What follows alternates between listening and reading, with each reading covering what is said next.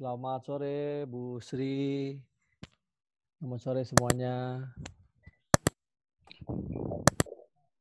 Selamat sore Prof. Tirta, selamat datang. Ya, terima kasih. Sore, Prof. Ya, teman-teman. Mohon maaf ya, terlambat. Prof. Ada Enggak, Prof. komunikasi. Halo, Pak. Ya, Prof. Kamu loh. Sekarang Ya. Pak Kajur ya, Pak Kajur ya. Pak Wadek malahan sekarang Wah, Prof. luar biasa, Pak Langsung Wadek. melompat tinggi. Mohon izin Pak Wadek. Mohon Ya, maaf terlambat. Prof. Sukses. Senang sekali. Ya. Ya. Baik. Oke, silahkan pembawa acara Prof. Tirta sudah ada di tempat. Kita bisa memulai kuliah umum kita. Dipersilahkan. Selamat sore, salam sejahtera bagi kita semua. Yang terhormat Dr. Insinyur Royke Robert Siahayanenia, MSI selaku Dekan Fiskom, Trisanto Romulo Simanjutak SIPMA selaku Wakil Dekan Fiskom UKSW, Dewi Kartikasari SOS MIKOM selaku Dosen Metode Kualitatif, Seto Herwandito SPD MM MIKOM selaku Dosen Metode Kualitatif, Dr. Insinyur Surwati Ningsi MSI, Putri Haridiana Sari SIP, MIP, Eli Ezra Kudubun, SOS, MSI, Prof. Dr. Tirta Nugraha Mursitama selaku pembicara pada webinar pada sore ini, serta para peserta Zoom webinar sekalian. Tujuan diadakan Zoom webinar pada sore ini untuk memperluas wawasan dan memperdalam ilmu mengenai metode penelitian kualitatif. Untuk menjaga suasana kondusif pada Zoom webinar hari ini, maka saya akan membacakan beberapa peraturan. Peraturan yang pertama, hadir di Zoom 15 menit sebelum kuliah tamu dimulai, pakaian wajib berkerah, absensi akan dilakukan di awal dan di akhir kuliah tamu. Jika tidak hadir di akhir perkuliahan, maka terhitung tidak absen. Penggunaan background Zoom wajib rapi dan sopan, dilarang mengganti background Zoom dengan gambar yang tidak sopan. Kamera diwajibkan menyala dan mikrofon diwajibkan untuk di-mute selama kuliah tamu sedang berlangsung. Peserta dapat menyalakan mikrofon pada saat ingin menjawab pertanyaan dari narasumber atau pada saat ingin mengajukan pertanyaan pada saat tanya jawab. Jika ingin menanyakan pertanyaan untuk narasumber, bisa disiapkan terlebih dahulu pertanyaannya dan dapat diajukan pada saat sesi tanya jawab. Chat room Zoom digunakan hanya untuk bertanya dan memberi tanggapan pada saat diskusi materi nanti. Waktu dan tempat saya persilahkan kepada Mbak Putri untuk membuka webinar pada hari ini dengan doa.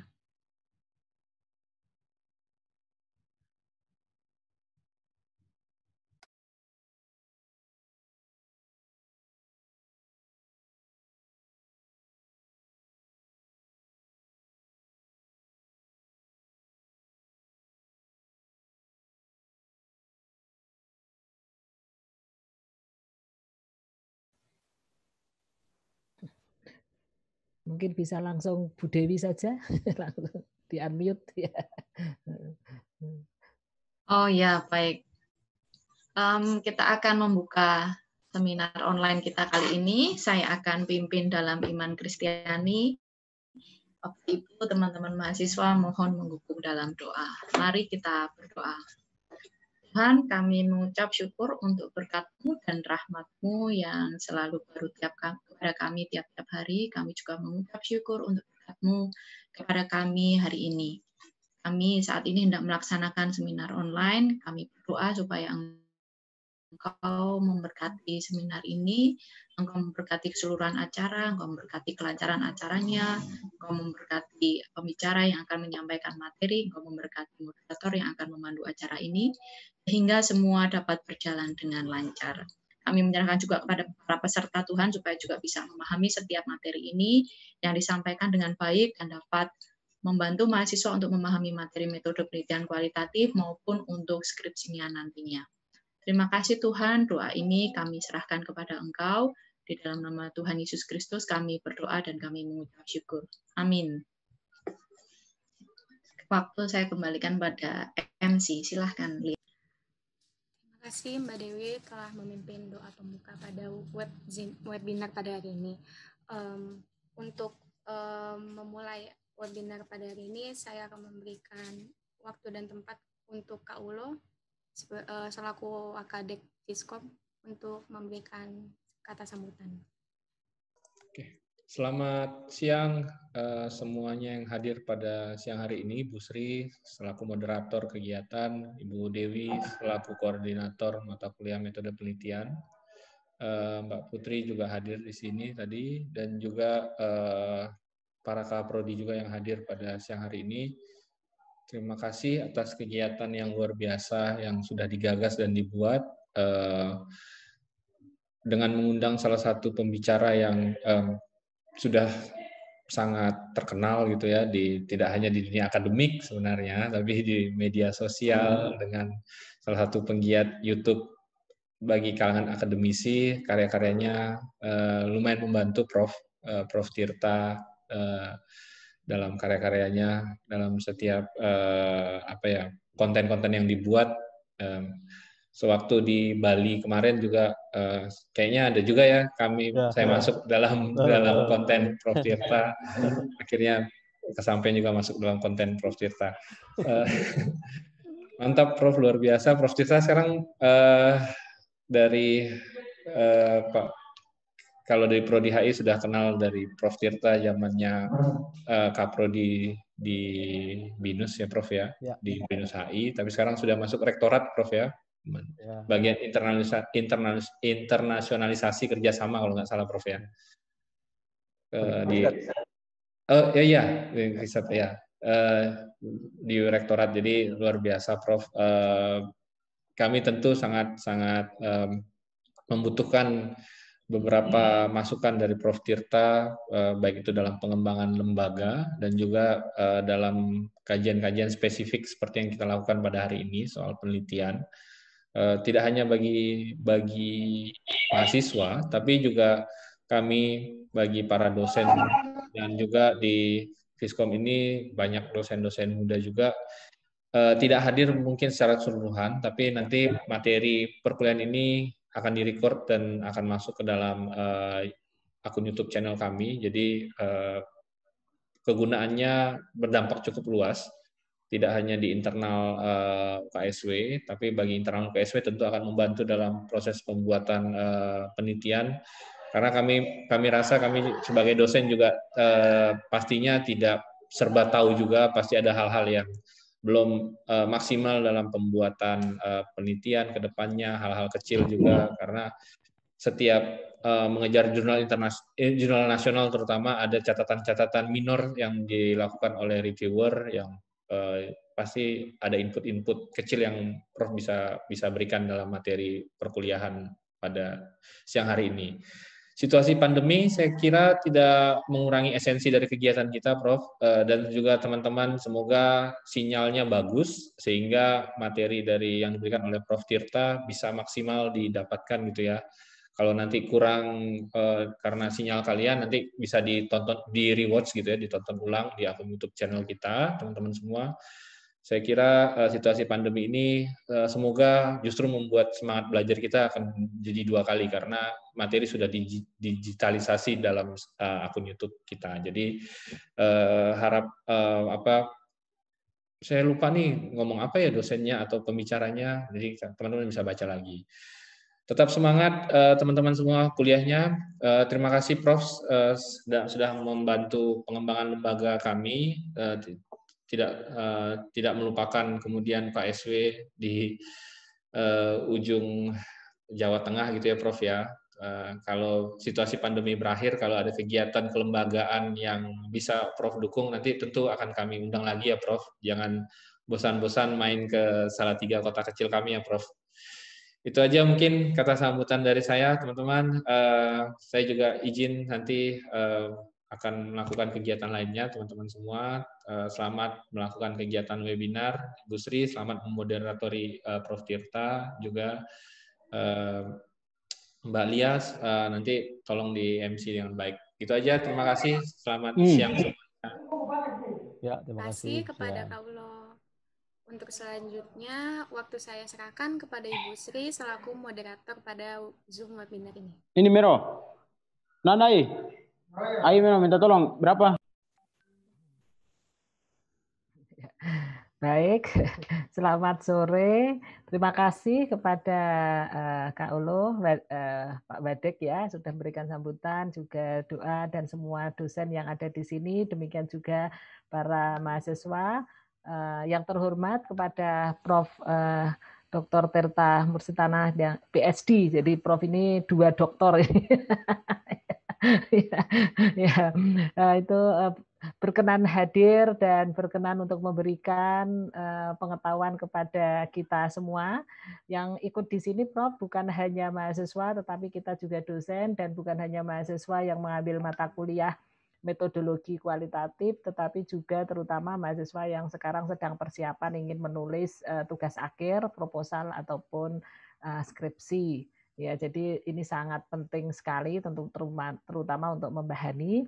Nah, karena di PPT Prof itu sudah ada juga perkenalannya, saya kira nanti kayaknya Prof Tirta sendiri yang mungkin akan menyampaikan supaya lebih dekat begitu ya dengan kita semua. Sudah dekat Prof, karena saya juga seperti Kak Ulo tadi katakan sering lihat YouTube Prof gitu ya, tapi saya untuk niru juga belum bisa. Gitu, Prof. Jadi mendengarkan YouTube-nya Prof itu langsung kayak dekat sekali, rasa rindunya itu bisa terobati begitu ya, gitu ya. Begitu. Jadi ini waktu sepenuhnya kurang lebih 1 jam Prof untuk menyampaikan materi, tetapi mohon awal bisa memperkenalkan diri Prof kepada kita semua, dan nanti mungkin mohon maaf jika sekiranya mungkin akan banyak gangguan, mungkin banyak yang akan bertanya atau apa kepada Prof. Dipersilahkan Prof Tirta. Ya, baik, terima kasih. Selamat sore jajaran pimpinan Fakultas Fiskom UKSW yang saya hormati Bapak Dekan ya, Pak Wakil Dekan dalam hal diwakili oleh Bapak Romulo ya, dan juga kawan-kawan yang lain, dan khususnya Bu Sri Suwartiningsih ya. Mungkin para mahasiswa, saya nggak tahu ya apakah kita pernah bertemu atau tidak. Mungkin tidak ya Bu ya, karena saya kesananya udah beberapa tahun yang lalu ya. Iya, waktu merintis HI Prof sudah pada alumni yang di bawah bimbingan Prof Tirta. Sekarang sudah generasi berikutnya. Ya, betul. Jadi yang ingin saya sampaikan pada para mahasiswa semua, mahasiswa-mahasiswi, bahwa HI UKSW itu ada tempat yang khusus lah di hati saya. Gitu ya. Itu khusus kenapa saya diundang nih oleh Bu Sri ini, tidak hanya saya sendiri ya, waktu itu saya ajak istri ya Bu ya. Iya Prof. Jadi yang melahirkan HI teman-teman, Pak Prof Tirta ini adalah termasuk membidani, mendokteri ya. Jadi harus selalu kita kenang apa yang sudah beliau lakukan untuk kita. Akreditasi B Prof, puji syukur Kak Kris dan kawan-kawan. Ya, baik. Ya, jadi ya suasananya pasti kita senang sekali ya, rindu dengan Salatiga. Sebenarnya 2 minggu yang lalu saya ke Semarang, tapi nggak sempat ke Salatiga ya, karena waktunya mepet sekali gitu. Nanti semoga kalau ada kesempatan yang lain tentu. Kemarin juga ada undangan, tapi mohon maaf tidak bisa karena pandemi. Tapi kita bersyukur kepada Tuhan, sekarang kita malah bisa bertemu ya. Iya. Ya, baik. Saya izin sambil share screen ya Bu. Iya, dipersilahkan Prof. Ya, sebentar.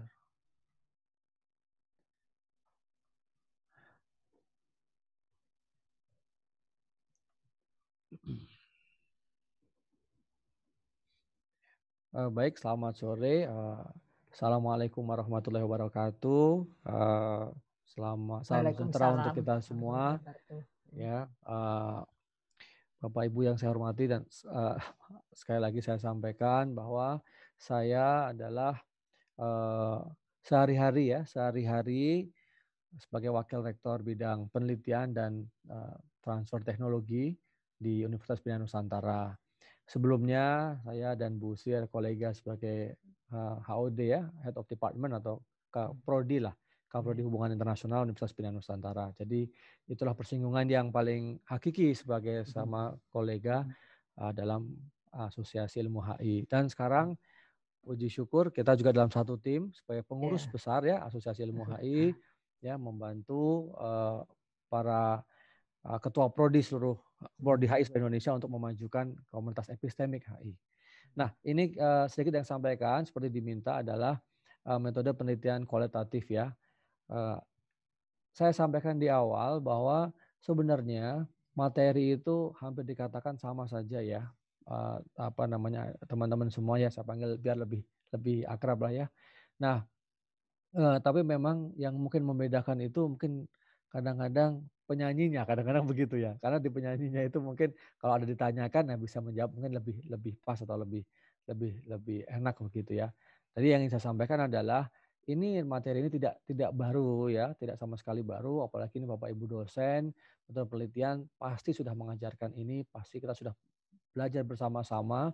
Nah, tapi mungkin ya itu kenapa ya walaupun tetap ada daring ya, tapi menurut saya pertemuan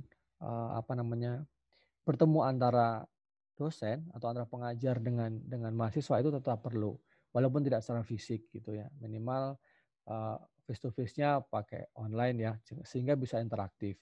Nah, namun demikian saya juga tidak berpretensi sebagai ahli metodologi ya, tidak sama sekali. Saya hanya mungkin keuntungannya adalah berdasarkan dari pengalaman ya, berdasarkan dari pengalaman membimbing banyak mahasiswa baik dari S1, S2 maupun S3, sehingga di situ banyak case tadi yang saya jumpai. Nah, di situ mungkin bisa menjawab ya keingintahuan dari teman-teman semua. Saya berterima kasih atas supportnya, khususnya Bu Sri yang selalu dan Mas Ulo nih yang selalu mempromosikan channel YouTube saya ya. Itu salah satu berkah dari pandemi juga COVID-19, tidak perlu ditangisi, tidak perlu mengutuk kegelapan, kita menyalakan ya lilin di tengah kegelapan ini kan ya, sehingga bisa menyalakan terang gitu ya.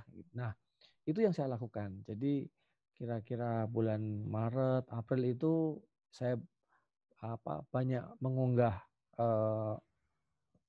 channel tentang sidang presentasi skripsi online.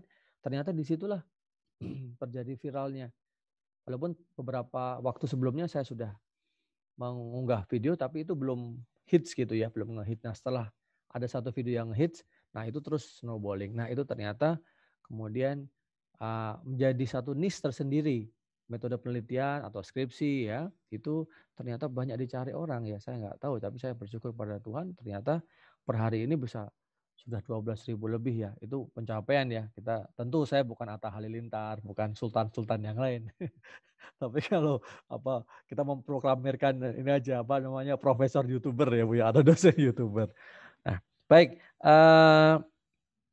ini agenda kita pada hari ini kira-kira secara umum perkenalan diri, kemudian selalu kita balik lagi ke definisi ya, minimal untuk menyamakan satu persepsi kita tentang apa yang akan kita bicarakan, kemudian ada perbandingan paradigma kuantitatif sama kualitatif. Nah, siklus proses penelitian ini sebenarnya sama ya di penelitian-penelitian yang sudah pernah terjadi juga, pernah dilakukan juga, tapi mungkin saya akan melakukan penekanan di beberapa tahapan. Dan kemudian, nah yang terakhir ini mungkin yang agak jarang ya disampaikan oleh pengajar metodologi metode kualitatif ya. Biasanya kita taken for granted ya. Mau apa pendekatannya, kualitatif atau kuantitatif. Nah, satu hal yang sering diingat kalau kualitatif biasanya wawancara, studi kasus gitu. Nah, kadang-kadang loncat begitu saja. Nah, ini saya perkenalkan saja ada beberapa yang juga ada di textbook ya. Contoh-contoh penelitian kualitatif ya. Mungkin nanti harapannya adalah setelah berakhir dari kita kuliah tamu ini bisa digunakan ya, bisa digali lebih dalam lagi tentang bagaimana ternyata menggunakan metode kualitatif itu yang sebenarnya ya tidak juga lebih mudah dibandingkan kuantitatif. Sebagai anak HI biasanya lari dari kuantitatif karena lari dari matematika ya kan. Tapi kita ada statistik sosial dan lain-lain. Minimal kita tahu. Nah, baik. Singkat, saya S1 saya di HI UI ya, FISIP UI. Ya, selesainya jangan ditiru karena lama banget ya, 5,5 tahun lah ya. Nah, sekarang mungkin sudah bisa selesai 4 tahun sudah selesai atau bahkan 3,5 tahun. Nah, S2, S3 saya sebenarnya di bidang manajemen. Ya, saya sebenarnya yang membawa saya menjadi kuliah manajemen itu juga mengalir saja gitu. Karena skripsi saya adalah tentang transfer teknologi perusahaan multinasional Jepang di Indonesia. Nah, ketika saya mendapatkan beasiswa, diminta belajarnya ke manajemen ya, international management ya, bisnis internasional, instead of belajar HI gitu. Ya sudah, saya ikuti karena yang bayarkan pemberi beasiswa ya. Nah, kita bersyukur saja udah bisa berangkat ke Tokyo dan belajar kuliah di Gakushū University dan Akhirnya saya bersyukur bisa menyelesaikan S2, S3 ya, lanjut di kampus yang sama dengan pembimbing yang sama. Nah itu yang kemudian kalau saya merefleksikan hidup saya harus disyukuri. Karena waktu itu pemberi beasiswa sebenarnya tidak memperbolehkan langsung. Ya, tapi tangan Tuhanlah yang kemudian menggerakkan. Jadi kalau teman-teman punya keyakinan, berusaha, ya sungguh-sungguh berdoa tentu, nah pasti ada yang akan menggerakkan sendiri ya, kemudian mendukung kita mencapai satu tujuan. Nah karena kecintaan saya terhadap kajian HI juga, akhirnya saya mengambil S3 lagi di Unpad ya, hubungan internasional, selesai tahun 2016. Nah ini unik juga. Jadi ingin saya sampaikan juga ke teman-teman, para mahasiswa, ketika mau sidang proposal ya, proposal disertasi, disitulah surat keputusan guru besar saja saya keluar. Dan di situ para penguji sudah memanggil saya dengan sebutan Prof. Tirta. Jadi walaupun yang uji ada yang Prof, ada yang masih doktor gitu ya. Tapi itu adalah indahnya satu kehidupan dalam akademik, saling menghormati. Saya juga menempatkan diri saat itu adalah sebagai mahasiswa. Nah ini penting sekali ya. Sekaligus saya izin menyampaikan tips juga, mungkin saya tidak semata-mata linear ya dari A, B, C, D, tapi di tengah-tengah menyampaikan materi mungkin ada satu hal yang teman-teman bisa langsung ambil gitu ya, tipsnya, apa triknya gitu. Sebagai mahasiswa yang nanti saat ini adalah ingin lulus S1, ingat mantra nomor 1 ya kalau Anda sedang skripsi, gimana pun juga Anda mahasiswa. Dan Anda membutuhkan seorang guru, membutuhkan seorang dosen yang menjadi pembimbing, jadikan mereka pintu ya. Artinya memang harus ada guide untuk menjadikan Anda lulus S1. Gak ada gunanya dimusuhi, ya, tapi juga kita harus ingat bukan berarti harus diikuti tanpa alasan yang mungkin gak jelas. Nah, apa saja itu nanti kita bahas lebih lanjut. Atau kalian yang belum subscribe bisa subscribe di channel saya dan lihat video-video saya. Oke, baik. Nah, guru besar saya bisnis internasional, salah satu bagian dari hubungan internasional ya. Itu pada 1 Desember 2014 ya. Hingga tahun ini sudah kira-kira udah 5 tahun. H-index saya ini yang sangat susah kita di sosial humaniora ya, karena berkaitan dengan citasi dari artikel-artikel kita. Artikel-artikel kita yang disitasi itu merujuk kepada kualitas dari penulisannya. Nah, saya memiliki ada 43 artikel internasional yang terindeks di Scopus, 1 book chapter yang terindeks di Scopus juga. Buku kurang lebih ada 5 ya, haki ada 8, nah citasi per beberapa hari lalu 64. Saya sudah kira-kira membimbing S3 9 orang sebagai promotor ya. Kalau promotor sudah banyak sekali, tapi sebagai promotor artinya pembimbing utama itu 9. S2 mungkin kurang lebih 50 lah ya, atau mungkin lebih. Ini saya jelek ngitungnya nih administrasinya. S1 mungkin lebih dari 100 orang. Nah, karir sebagai dosen mungkin nanti teman-teman bisa lihat, tapi jangan melihat saya guru besar di usia muda yang tiba-tiba enak jadi guru besar di usia 40 tahun. Tidak ada itu ya. Semua dengan usaha. Menjadi dosen, asisten peneliti, diminta dosen jadi ini, jadi itu, cari data, menulis laporan, draft, dan lain-lainnya. Saya lalui semua itu dari bawah. Dan resminya menjadi dosen di HI FISIP UI tahun 2006. Kemudian hingga 2011 ketika saya memutuskan untuk hijrah pindah ke Universitas Pendidikan Nusantara ya sampai sekarang ini. Dan di Universitas Pendidikan Nusantara ini saya mendapatkan guru besar saya pada tahun 2014. Di UI pun saya juga mengabdi Kasubdit Riset ya sebagai dosen inti penelitian. Nah, ini adalah salah satu turning point saya ya. Dosen inti penelitian yang membuat saya bisa meloncat panjang karena di situ adalah sebagai dosen yang khusus meneliti.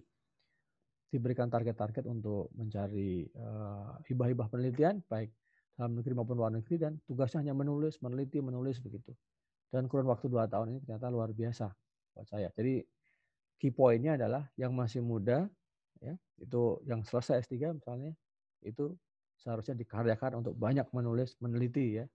Ya, mengajar juga. Tapi biasanya kalau di Indonesia pulang dari luar negeri atau pulang S3, biasanya malah disuruh ngajar banyak.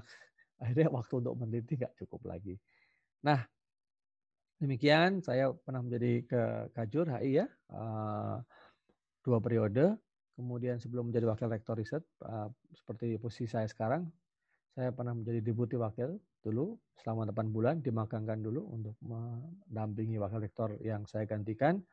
Dan ini ya, saya menjadi runner up Academic Leader Award, ya, menerima award untuk bidang sosial humaniora tahun 2019 tahun lalu. Ini juga merupakan menurut saya satu hal pencapaian yang luar biasa. Tentu banyak pihak yang berkontribusi, ya.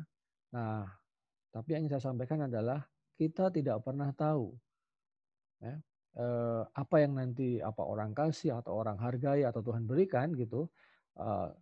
Ketika yang kita lakukan adalah kita berusaha saja. Di tugas kita menjadi dosen, ya kita memang tugas kita mengajar, meneliti. Nah, disitulah. Nah, saya harapkan juga kepada mahasiswa. Saatnya mahasiswa sedang belajar yang baik. Kalau pas saatnya Anda misalnya ada dikasih waktu untuk main, ya mainnya juga yang maksimal gitu ya. Sehingga ketika main Anda nggak kepikiran belajar, maksudnya nggak kepikiran kuliah, karena toh nanti jadi terdistract. Ketika Anda kuliah nggak ingat kalau main gitu, akhirnya nggak dapet dua-duanya. Ya, jadi maksud saya ada fokus. Saya ingin mengajak Anda 2 jam ini ke depan fokus untuk juga mengikuti kajian kita ini. Beberapa visiting professorship di luar negeri saya ikuti, baik yang dari Eropa, di China maupun di Taiwan, ya, di Australia juga saya ikuti, dan saya menangkan beberapa hibah. Saat ini juga sedang menerima hibah bersama teman-teman di BINUS dan di University of Western Australia di Perth, dan juga beberapa konsorsium riset dari Eropa tentang yang disponsori oleh Uni Eropa. Nah, itu menurut saya salah satu pencapaian juga, karena tidak mudah juga mendapatkan dana penelitian dari funding asing. Baik, nah itu sedikit perkenalan saya ya. Nanti lainnya bisa Anda ikuti di akhir slide ini ada nomor telepon, alamat email, ya, website dan channel YouTube saya. Silahkan diikuti apabila Anda merasa itu akan memberikan manfaat. Nah, langsung saja saya masuk ke penelitian kualitatif itu apa. Nah, paling tidak kalau kita bicara kualitatif ada 3 unsur utama yang biasanya ada. Apa itu? Direct observation, pengamatan langsung, ya. Fenomena sosial kita amati. Apa yang kita amati? Fenomena-fenomena sosial. Sosial luas, ya, kalau kita di Fiskom, ya, sosiologi, HI, mungkin antropologi, hukum, politik, ya, kita lihat apa yang ada di sekitar kita, di masyarakat kita, ya. Nah, kemudian dengan setting yang alamiah, bukan di laboratorium. Laboratorium kita ada alam semesta ini, ya. Tuhan memberikan kita laboratorium yang sangat luas, yaitu dunia ini. Nah, itu yang menjadi kekuatan dari penelitian kualitatif. Dan hal lain yang tidak kalah pentingnya adalah kita, individu peneliti, ya, dalam konteks ini maupun penelitian sebagai mahasiswa maupun sebagai dosen maupun peneliti mandiri di pusat kajian misalnya atau pusat riset, itu sebagai tools utamanya. Makanya ini yang membedakan kekuatan dari penelitian kualitatif dengan kuantitatif. Karena melihat satu fenomena yang sama, belum tentu, ya, interpretasinya, pemaknaan terhadap fenomena itu sama antara satu orang dengan orang lain. Kenapa? Tergantung kepada knowledge-nya, pengetahuannya, pengalamannya, dan skill-nya. Nah, kemudian hal yang lain, ya, berkaitan dengan kualitatif adalah peneliti biasanya mengandalkan partisipan, ya, mengandalkan informan. Nah, seringkali nih, ya, kita sering bertukar atau terbalik. Kalau kata-kata kualitatif itu sering juga kita pinjam dari kuantitatif atau sebaliknya. Sebenarnya ada pembedaan sih. Cuman Indonesia ini kadang-kadang yang gitu-gitu nggak tahu diperhatikan. Jadi misalnya, ya, responden gitu. Kita sebenarnya nggak terlalu nggak tepat menggunakan kata responden untuk kualitatif, ya. Lebih pada informan atau kemudian partisipan gitu, ya. Tapi kita sama-sama kadang-kadang udah tertukar. Maksudnya itulah, pokoknya maksudnya orang yang kita wawancara atau kita cari datanya gitu, ya. Nah, biasanya kita bertanya apa? Bertanya tentang hal-hal yang sifatnya lebih luas, ya, lebih umum. Nah, kemudian di situ juga kita mengumpulkan data-data bisa berupa teks, berupa gambar, berupa suara gitu, ya, dari objek penelitian kita. Nah, biasanya kan memang manusia, ya, atau kelompok manusia, atau kalau dalam konteks HI ya perilaku negara, perilaku organisasi internasional, organisasi regional seperti itu. Nah, kemudian bagaimana kita dalam penelitian kualitatif mendeskripsikan itu semua. Mendeskripsikan, mengelompokkan, memilih, memilah, ya, kemudian menganalisis. Tadi dikelompokkan bisa berdasarkan tema-tema tertentu. Nah, dari mana tema-tema tertentu? Nah, itu pertanyaan yang penting. Bisa dari kita sendiri, dari rasa ingin tahu kita mau meneliti apa sih? Ya, kemudian atau dari mungkin kita punya tautan teoritis yang pernah kita baca. Oh, kalau saya mau meneliti fenomena sosial ini, kayaknya pakai teori itu kayaknya keren atau bagus. Atau saya pengennya pakai teori itu deh, gitu ya. Nah, mungkin bisa dari situ pengelompokannya. Tapi yang ingin saya sampaikan, jangan terlalu terjebak. Ya, kita menggunakan pendekatan atau paradigma kualitatif ini kemudian tidak kafah gitu, tidak sepenuhnya. Tapi karena kita ragu-ragu, jadi kita ada minjem juga yang kuantitatifnya gitu ya. Menurut saya, kalau kita mau penelitian kualitatif, ya coba maksimalkan kualitatif. Gambarannya apa sih mudahnya? Coba ini mungkin yang paling cocok itu seorang antropolog ya, seorang antropolog atau seorang sosiolog gitu, melihat tentang menggunakan pendekatan ini. Ya. Datang ke satu kampung atau satu masyarakat, dia ingin melihat gimana sih kehidupan masyarakat ini, budayanya seperti apa misalnya, atau cara bercocok tanamnya seperti apa. Kadang dia nggak butuh teori. Nah itu sebenarnya esensi dari kualitatif. Yang paling dasar ya, yang paling klasik, yang paling utama. Ya, atau kita sebutnya pendekatan yang lebih grounded ya. Nah, kita bisa juga mengatakan cara yang kita pakai lebih pada induktif ya daripada deduktif. Nah, itu pengantar ya. Nah, kemudian yang sedih dikatakan nih orang-orang yang punya pendekatan yang lebih kuantitatif ya, atau positifis selalu bilang, penelitian kamu ini subjektif nih ya, bias nih, ya nggak objektif. Jawaban kalian apa? Memang gitu. Jadi jangan kita ragu atau kita terbawa oleh narasi mereka atau narasi dosen penguji. Ya, misalnya nih, pendapat atau ketika Anda kuliah metodologi ditanya, dites ya, diuji oleh dosen. Nah, kalau yang kamu lakukan itu berarti subjektif dong gitu. Betul. Penelitian kualitatif itu subjektif itu adalah natural. Kalau saya bilang saya udah udah embedded ya, subjektif itu udah. Karena apa? Di situ ada apa? Ada pemikiran kita. Ya, kita masuk ke dalam objek yang kita teliti. Nah, ini hal yang penting ya. Bagaimana kita bisa menyelami objek penelitian kita, ya, kemudian berusaha menyuarakan apa yang menjadi concern atau menjadi perhatian atau perilaku atau apalagi keseharian atau mungkin kebijakan dari objek penelitian kita. Nah ini, jadi memang sifatnya reflektif sekali. Makanya saya selalu menyukai kalau penelitian kualitatif itu adalah direct observation-nya itu, ya, yang pertama, yang 3 unsur ini, itu luar biasa. Oke, saya lanjutkan. Nah, silakan ini nanti Anda bisa lihat ya, ini juga saya suka ini dasar di video saya juga ada bahwa tentang pembedaan antara paradigma kuantitatif dan kualitatif ya. Ada Creswell sini udah cukup lama tapi klasik ya, nggak masalah. Ini membedakan aspek ontologi, epistemologi, aksiologi, retorik dan metodological. Nah, ini Anda lihat di sebelah kanan sini. Ya. Bahwa secara ontologi itu subjektif ya. Ya, bagaimana seperti yang dilihat oleh partisipannya gitu ya. Kemudian secara epistemologi, cara mencari datanya adalah ya researcher itu berinteraksi. Researcher itu terlibat di dalamnya, termasuk bukan menjaga jarak. Anda ingat ya, kalau kuantitatif ini sebelahnya selalu bilang harus independen, harus jaga jarak gitu. Nah, value laden atau bias memang inherently bias. Nah itu. Jadi kalau ada unsur Anda masuk di situ, misalnya saya selalu mengatakan suatu penelitian atau laporan penelitian kualitatif yang bagus itu layaknya Anda membaca novel-novel yang bagus lah.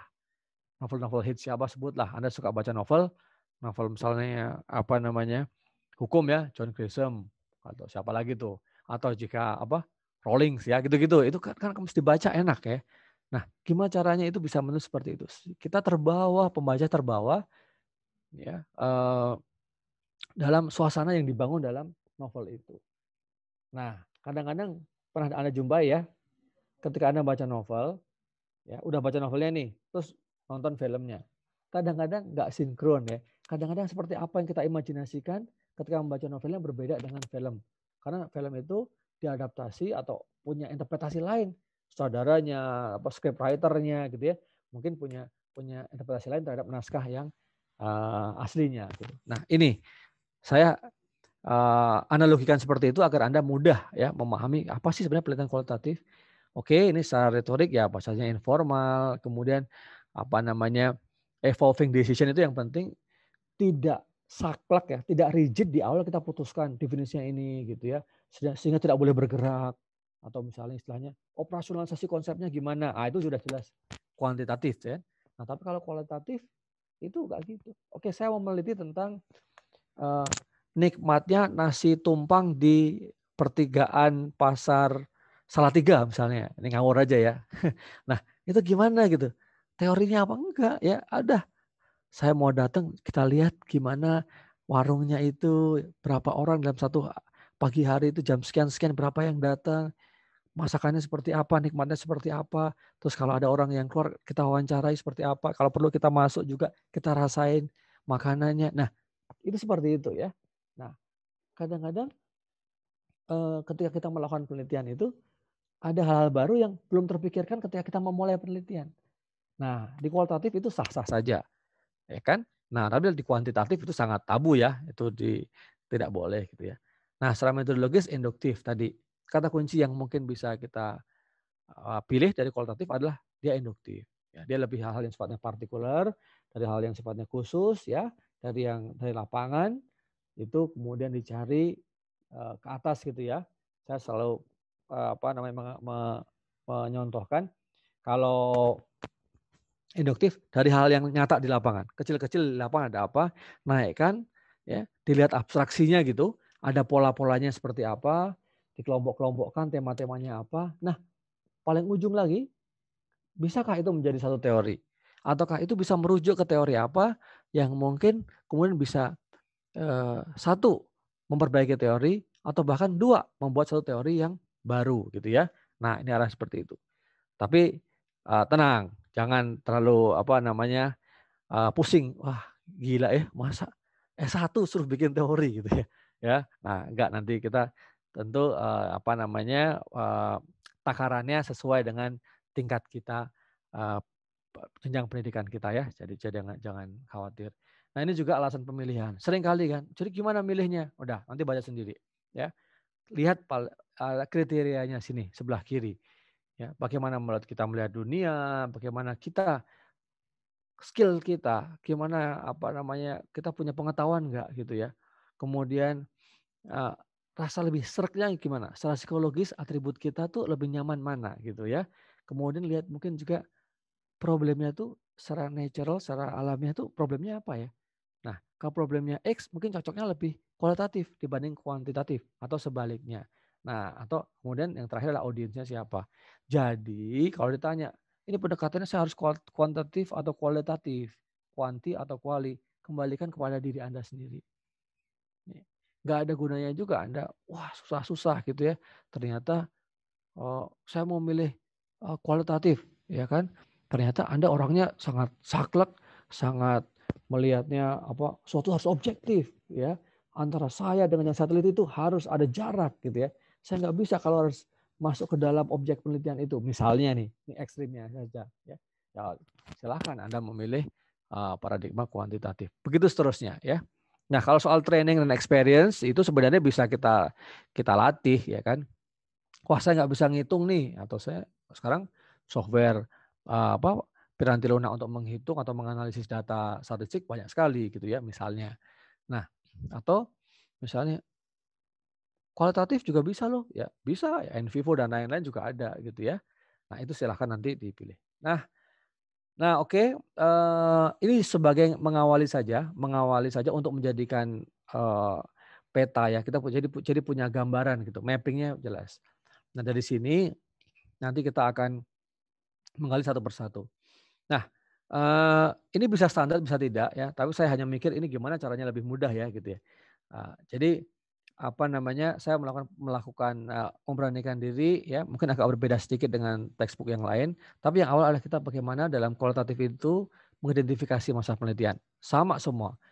Kuantitatif juga melakukan itu, tapi yang diperlakukan ya nanti detail di belakang bagaimana mencari fenomenanya, spesifikasi fenomenanya seperti apa, justifikasinya seperti apa, antara dunia nyata dan juga dengan apa namanya teori ya. Kalau orang bilang state of the art-nya apa gitu ya. Nah, yang menurut saya juga nggak kalah penting adalah urgensinya apa sih?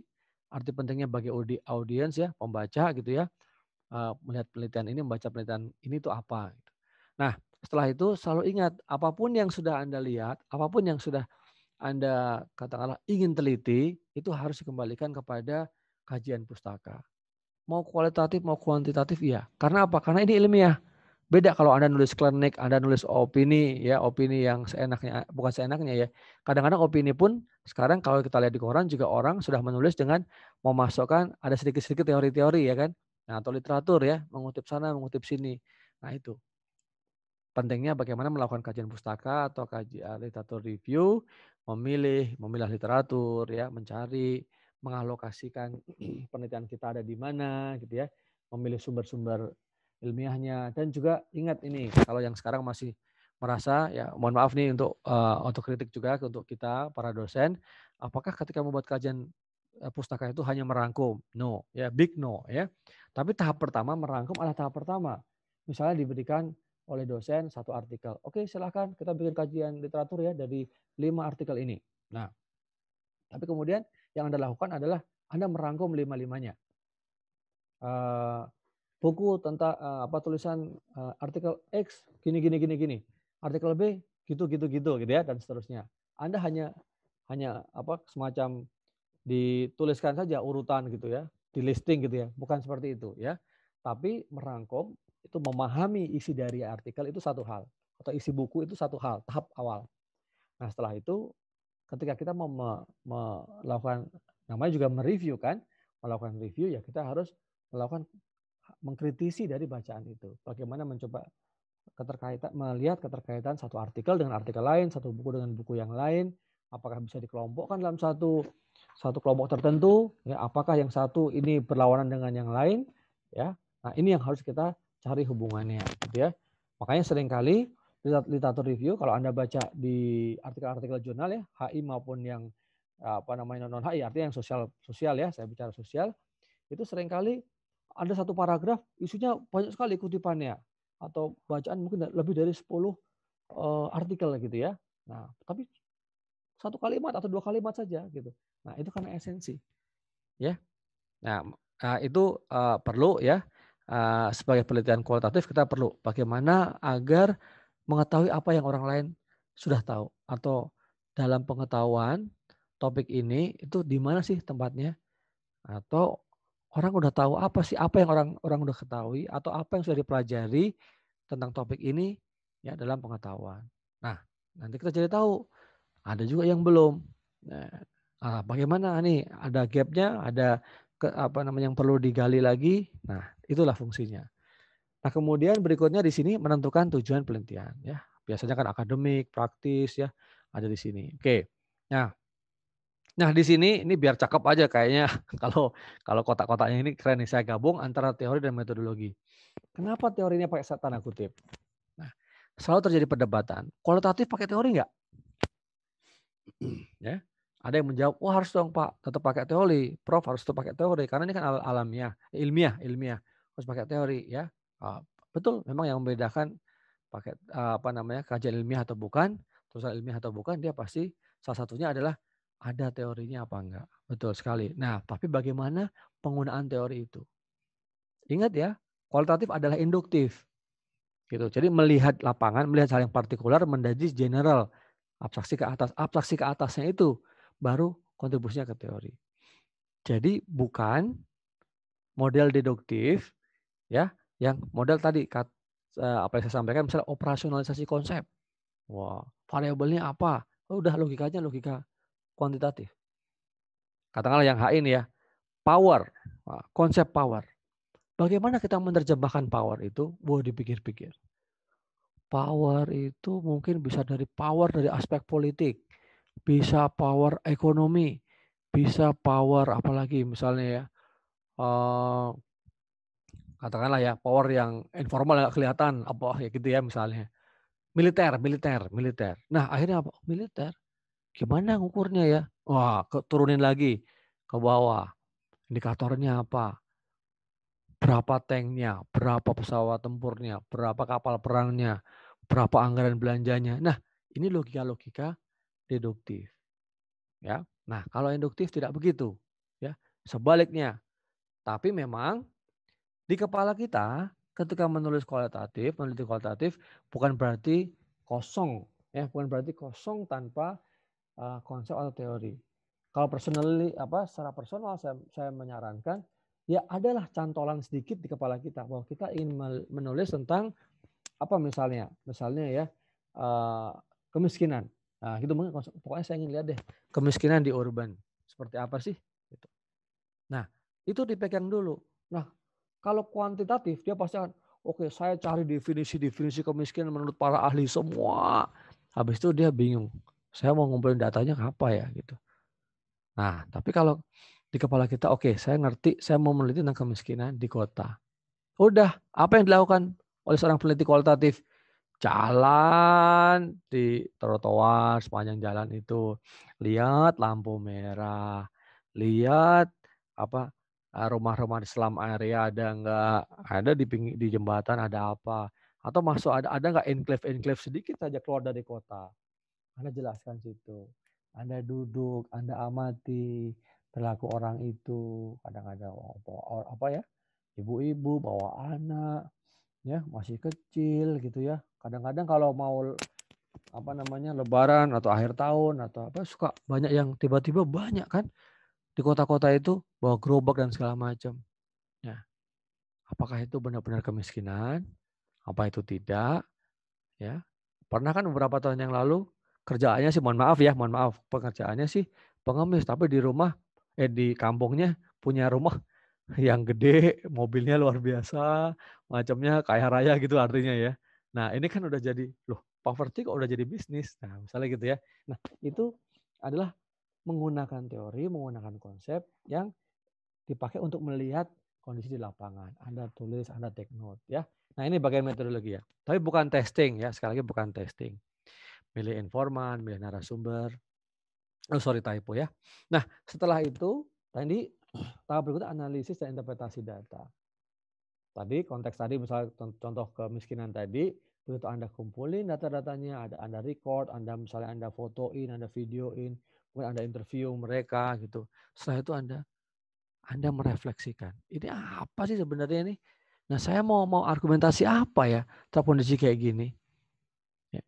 Apakah misalnya tadi ini benar-benar miskin karena mereka nggak punya, mereka nggak bisa berusaha, tidak punya akses terhadap lapangan pekerjaan, atau sebenarnya mereka ya seasonal worker aja ya. Pokoknya kalau mau lebaran ke kota ngumpulin duit ya kan dari mengemis gitu, terus ternyata di rumah punya usaha atau apa gitu misalnya ya saya nggak tahu. Nah ini kan satu hal yang menarik. Kamu mau bawa kemana? Interpretasinya mau dibawa kemana gitu ya. Nah itu baru setelah itu kemudian ditulis laporannya. Nah laporan itu bisa banyak formatnya, bisa disesuaikan kalau nanti ada artikel jurnal atau buku dan lain-lain ya. Itu bebas saja di sini. Baik, saya pintas. Waduh ya, udah hampir. Sebentar, oke, saya cepat aja. Identifikasi masalah. Yang penting kalau untuk kualitatif, lihat sehari-hari di sekitar kita, sosial, politik, budaya, ekonomi seperti apa. Bisa juga kita mengeksplorasi masalah-masalah yang belum banyak diketahui, oke? Atau sesuatu yang lebih detail yang ingin kita ketahui fenomena utamanya apa sih? Atau mengisi kesenjangan, gap dari literatur yang ada ya. Atau paling ini nih, kadang-kadang ya tipsnya di sini. Prof saya nggak tahu mau meneliti apa, gimana? Ya sudah, kadang-kadang kita mereplikasi studi yang sudah ada, tapi dengan partisipan yang berbeda, konteksnya berbeda. Nah ini ya, buat teman-teman yang misalnya pusing cari topik kayak apa, cari satu jurnal bagus atau penelitian yang bagus ya, jurnal-jurnal Q1 gitu ya, yang kayaknya bagus. Nah tinggal pindahin aja. Nah cuman memang itu kadar yang paling rendah ya dari satu penelitian ya. Tapi untuk S1 bolehlah untuk latihan nggak ada masalah. Saya juga menerima ya, karena orang kan juga berbeda-beda ya kan. Nah kemudian atau melanjutkan studi sebelumnya tentang topik yang sama. Nah yang nggak kalah pentingnya ini tadi menyuarakan ya individu masyarakat atau yang selama ini nggak terdengar lah kira-kira gitu. Ya, saya waktu diskusi dengan Bu Sri dulu tentang kekhususan HI UKSW ya, di tengah HI di seluruh Indonesia udah berapa nih, 70 prodi atau berapa ini, apa yang menjadi nilai jual gitu ya, apa yang menjadi pembeda ciri khas dari jurusan HI. Jadi kalau orang mau belajar tentang HI yang begini itu pasti ke UKSW, bukan ke BINUS gitu. Atau sebaliknya, kalau mau belajar HI yang ekonomi politik berkaitan dengan perusahaan multinasional, diplomasi bisnis, nah itu ke BINUS, bukan ke UKSB. Misalnya seperti itu ya. Nah, ini contoh-contoh seperti ini menyuarakan suara-suara kaum marginal. Nah, waktu itu kalau tidak salah Bu Sri mengatakan, ya kita ingin lihat Prof bagaimana pembangunan internasional ya kan, tapi juga melihat dari lapangan gitu ya. Tapi kemudian bisa lihat konteks besarnya dalam konteks HI seperti apa. Ya mungkin karena latar belakang beliau juga sosiolog ya, ini juga mempengaruhi. Tapi personally ya, saya ini pengagum dosen-dosen hebat UKSW. Ya, jadi kan kalau tulisan-tulisan hebatnya ya Prof. Arif Budiman gitu kan, semua orang juga pasti tahu gitu ya. Nah, semua orang yang tahun 80-an, 90-an itu pasti masanya pasti belajar dari beliau lah, buku-buku, karya-karyanya ya. Oke, nah itu contoh. Atau juga, nah ini yang terakhir ini juga hal yang sangat praktikal tapi penting. Saya sampaikan juga di salah satu video saya. Anda pilih ngerjain satu penelitian atau skripsi yang keren banget desainnya. Wah keren banget deh, pokoknya proposalnya hebat gitu. Tapi nggak bisa dikerjain. Kenapa? Anda nggak punya akses terhadap data. Anda informan lah atau responden atau datanya itu nggak tersedia misalnya ya. Atau tersedia tapi nggak bisa Anda akses. Atau bisa diakses tapi mahal. Atau waktunya. Nah, Anda pertimbangkan. Kalau Anda mau lulus, targetnya 1 semester skripsi, ya ini pikirin. Nah, tapi juga bukan berarti, Prof kalau gitu saya bikin skripsi apa adanya aja deh kalau gitu. Yang bisa saya akses. Nah, akibatnya semacam jadi apologi apologi kalian untuk membuat skripsi yang seadanya, dalam arti kualitasnya ya udah jelek gitu aja gitu. Bukan begitu. Saya selalu mengajak, memotivasi mahasiswa, anggap aja lah S1 ini karya yang terakhir kamu dalam akademik. Kenapa saya bilang gitu? Karena kan nggak semua mahasiswa itu lulus pengen jadi dosen, pengen jadi peneliti, pengen jadi ahli apa gitu. Ya, saya pengennya pokoknya kerja aja atau pengen jadi entrepreneur. Mungkin membuat skripsi tidak terlalu satu hal yang masterpiece ya. Tapi saya dorong jangan. Itu masterpiece kamu deh. Kenapa? Karena apapun pilihan hidup kamu nanti, profesi kamu nanti, mencari masalah, memecahkan masalah, ya, menganalisis, menulis laporan, mencari data, itu semua pasti dalam kehidupan kita terjadi itu. Walaupun mungkin tidak formal ya kan? Kita diminta papa mama kita belanja ke pasar. Nak, kamu belanja ke pasar sana, ya. Nih, pokoknya beli sayur deh. Nih uangnya 100.000 gitu. Ya pokoknya saya mau sayur A, B, saya mau masak A, saya B dan C. Loh, Mah, gimana? Kok mau masak 3 jenis masakan, tapi saya cuma dikasih 100.000. Nah, orang tua kamu bilang gini, ya itu kamu pikirin deh. Gimana caranya? Pokoknya saya pengen masak 3 masakan, tapi bisa dengan 100.000 bahan makanannya. Kan kita mikir kan, pemecahan masalah. Jadi penelitian itu sebenarnya bisa fun. Ya, penelitian itu tidak selalu sesuatu yang mengerikan.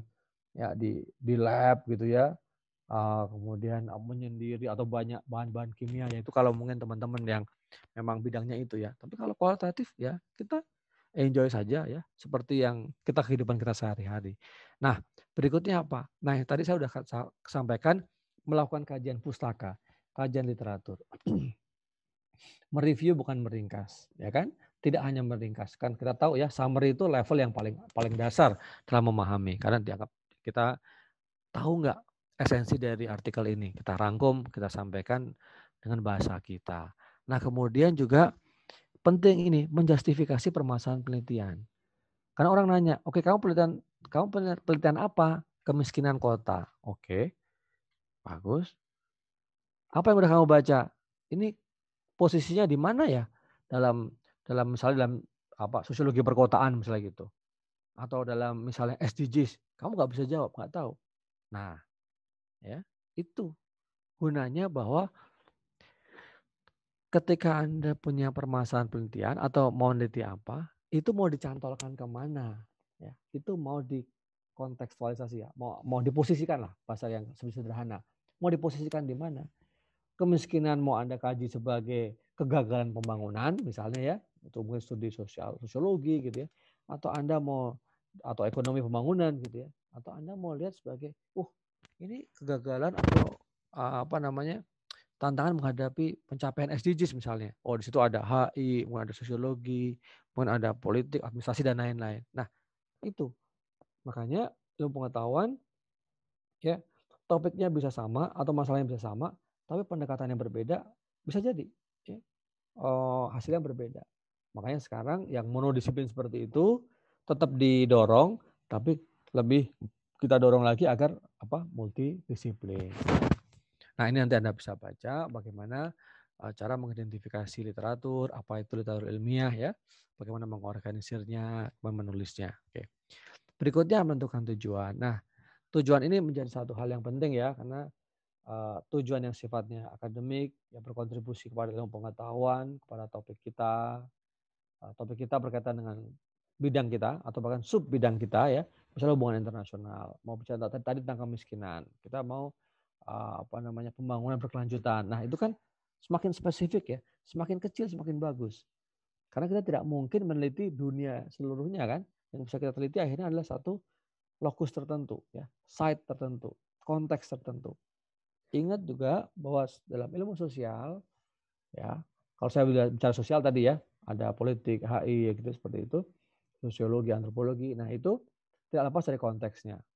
Makanya sosial itu tidak lepas dari ruang hampa. Jadi bukan di ruang hampa temuannya. Nah, itu yang menjadi harus Anda ingat. Temuannya bisa begini, tapi konteksnya apa gitu. Nah, kayak ya sekarang ngomong Perancis misalnya ya. Nah, kenapa Macron bicara begitu gitu? Konteksnya apa? Nah, jangan kita salah artikan ya. Di Indonesia tiba-tiba kita bereaksi lain. Konteksnya kita nggak paham. Malu kita. Ya, kita malu. Oke. Oke. Nah, tadi teori dan metodologi saya sudah sampaikan, bahkan bukan teori testing, bukan mengetes teori, tapi menggunakan teori sebagai pegangan nih. Ya, pegangan. Dan teorinya nggak rigid. Jadi misal tadi saya bilang konsep power. Nah, tapi yang kamu mau bawa ya, atau konsep kemiskinan ya untuk melihat satu fenomena. Tapi kalau dalam perjalanan, kamu ini kayaknya kalau konsep power saja tidak cukup gitu. Saya mau tambah misal dengan konsep apa lagi? Apa ya tadi misalnya network ya, jejaring atau kemudian kalau tadi misalnya powernya militer saja nggak cukup, ini powernya mungkin power ekonomi. Nah, ini contoh ya. Nah, itu bisa dilakukan di penelitian kualitatif. Nah, tapi yang paling penting, paling penting dari kualitatif menurut saya itu adalah bagaimana kita bisa membahasakan ya, menyuarakan objek penelitian itu, menggambarkan objek penelitian itu ya, sedekat mungkin dengan apa yang memang objek penelitian itu ingin sampaikan gitu. Walaupun di sini sebenarnya tadi saya katakan bias, reflektif karena ada perasaan kita di situ. Ya. Nanti ada tuh macam-macam metode yang kita lakukan kalau kita pakai observasi ya, apa kita jadi partisipan ya observatori atau kita hanya observer aja ya atau kita sebagai aktif partisipan atau kita partisipan tapi kita tidak terlalu aktif, macam-macam sebenarnya kita bisa lihat di situ. Tapi secara umum adalah kita berusaha masuk. Ya. Jadi walaupun kita sebagai observer dalam direct observation kita itu berbeda posisinya dengan independen dalam kuantitatif atau objektif dalam konteks penelitian kuantitatif. Oke. Nah, gimana ngumpulinnya? Ini ya. Banyak dari gini. Kualitatif itu yang paling penting adalah pahami satu konsep yang utama dulu, fenomena yang tunggal yang paling penting apa. Ya karena kalau enggak nanti kayak melebar kemana-mana ya. Nah, tapi misal tadi akan dilokalisir menjadi kemiskinan kota. Ya sudah, kemiskinan kota itu dulu gitu ya. Karena kalau enggak nanti akan melebar. Oh iya, kemiskinan kota, tapi ngelihat tentang penggusuran pasar itu penting juga. Oh, tentang misalnya apa? Ada hal lain lagi itu penting juga. Nah, coba rigid ya, stick dengan satu fenomena sentral, fenomena besar yang ingin dijelaskan. Jadi memang kalau dikatakan kualitatif kalau gitu beda dong mana yang dependen sama independen. Nah, ini kalau kita bicara independen sama dependen, bicara variabel, sebenarnya itu logika kuantitatif sebenarnya udah mulai masuk ya. Jadi kalau bisa memang kualitatif itu menceritakan dirinya sendiri. Ya. Nah, itu menjadi hal yang penting harus kita perhatikan. Cari partisipan untuk gimana caranya untuk berbagi ide ya. Makanya sangat didorong wawancara, ngobrol dengan mereka, gimana mereka nyaman, bahasa-bahasa mereka nanti bisa kita quote ya, bisa kita citasi, kita tulis dalam tulisan kita, itu yang otentik. Nah, wawancara itu yang jadi data yang khas. Makanya saya selalu dorong mahasiswa saya, kalau bisa, kalau kualitatif, kalau bisa wawancara. Walaupun wawancara bukan satu-satunya ya, bukan yang utama. Tetap secondary data ada, kumpul dari berbagai macam sumber, secondary datanya ada. Nah, untuk memperkuat pakai wawancara. Kenapa? Pasti soal plagiasi udah makin berkurang. Atau bahkan udah hilang sama sekali. Karena apa? Wawancara datanya bisa kumpulin sendiri. Ya kan? Kalau dia lakukan dengan benar ya, bukan nyomot ini wawancara orang, bukan. Ya. Nah, proses di situ, proses ketemu orang, janjian sama orang, tanya sama orang, merecord ya, izin boleh nggak direkam, kemudian mentranskripkan, memilih mana yang harus dikutip. Ya, itu menjadi satu yang penting. Mencari ini, membangun tema-tema, pola-pola utama. Ya.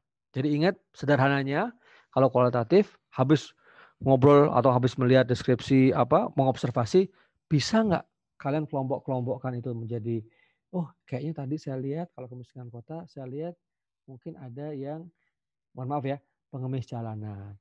Ada lihat kayaknya pemulung. Anda lihat lagi apa misalnya. Nah itu ya. Itu kan bentuk pengelompokan. Nah, ini sangat disukai dalam penelitian kualitatif karena sangat otentik. Ya. Nah, kita dorong lah gimana bisa seperti itu. Oke, datanya apa? Bisa data teks, ya, gambar bisa, suara bisa, ya itu yang penting bisa dikumpulkan.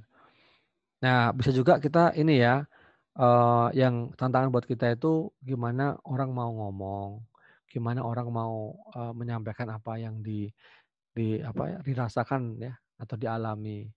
Kadang-kadang kalau kualitatif kita agak semi investigatif gitu ya kadang-kadang ya.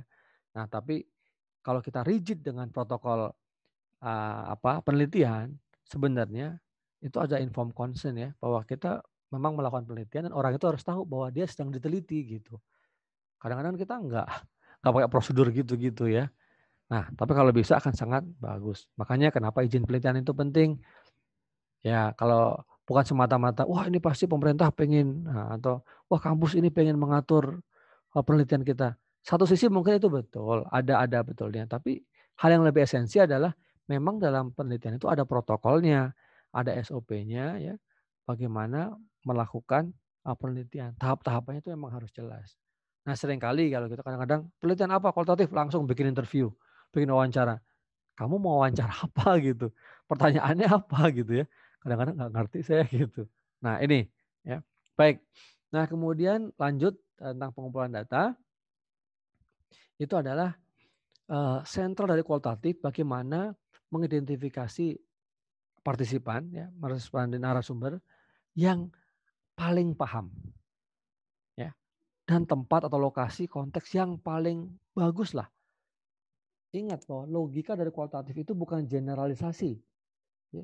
Ingin dilihat kualitasnya, knowledge-nya mana yang paling bagus, yang bisa dipakai untuk menyelesaikan masalah atau menjawab pertanyaan penelitian.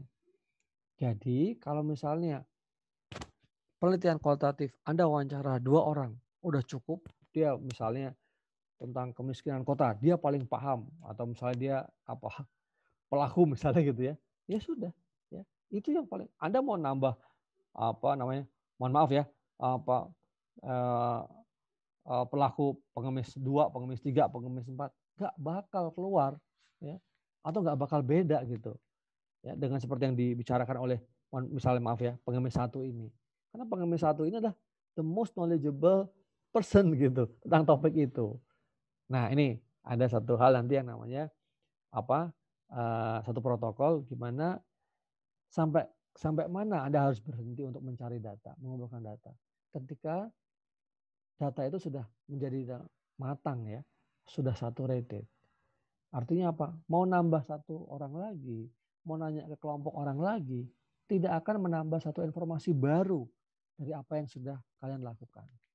Nah itu sampai titik itu biasanya berhenti. Ya. Nah walaupun praktek sehari-hari kadang-kadang belum sampai saturated ya, belum sampai matang gitu. Kadang-kadang kita udah berhenti ya. Nah tapi itu lain soal. Tapi maksud saya beda dengan logika kuantitatif ya, yang karena dia ingin mengeneralisasi kepada seluruh populasi, sampelnya itu kalau bisa makin banyak gitu ya, atau minimum 100, minimum 5 kali jumlah indikator. Nah ya itu udah beda lagi ya. Oke, harus mengandalkan interview, wawancara ya, bagaimana mencatat setiap informasi. Nah nanti teknik-tekniknya kita bisa diskusikan lagi, karena orang diwawancara kadang nggak nyaman kalau direkam ya kan, atau kalau direkam dia jadi berubah ya, ini ada ya, jadi yang jadi nggak alami lagi gitu, jadi karena merasa pengen direkam, jadi pengen terkenal gitu, jadi terkenal, dia jawabannya tidak seperti yang real dia hadapi. Nah ini adalah seninya ya, seni peneliti kualitatif seperti itu. Oke, yang terakhir bagian ini adalah harus sensitif terhadap perubahan di lapangan. Isu etik misalnya dalam pengumpulan data secara face to face, apalagi kalau itu menyangkut manusia. Biasanya kualitatif kan selalu berkaitan dengan manusia ya. Ini yang kadang-kadang kita terlewat. Ya, mewawancara itu harusnya ada persetujuan gitu, ya, 1 lembar yang mengatakan bahwa memang saya setuju diwawancara, tanda tangan. Nah, terus hasilnya nanti kalau perlu kita sampaikan ke dia, Pak, Bu, hasilnya kira-kira kemana wawancara seperti ini. Ibu setuju? Nah, kalau setuju baru dipakai. Tapi seringkali kita nggak sampai situ ya. Nah, tapi tolong diperhatikan saja itu. Nah, analisis interpretasi data, satu hal yang paling penting dalam penelitian kualitatif. Ini yang membedakan misalnya saya dengan latar belakang bisnis dan HI, ya, dengan Bu Suartiningsih yang berlatar belakang sosiologi.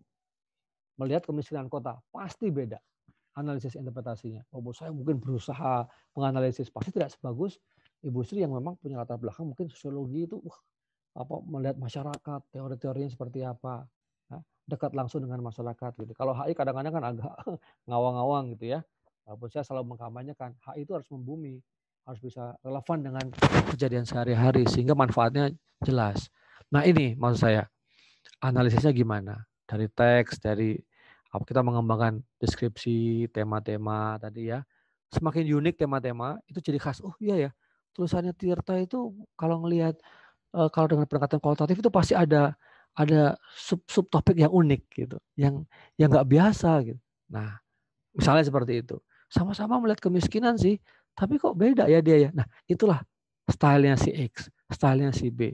Bagaimana menganalisis, bagaimana menginterpretasi.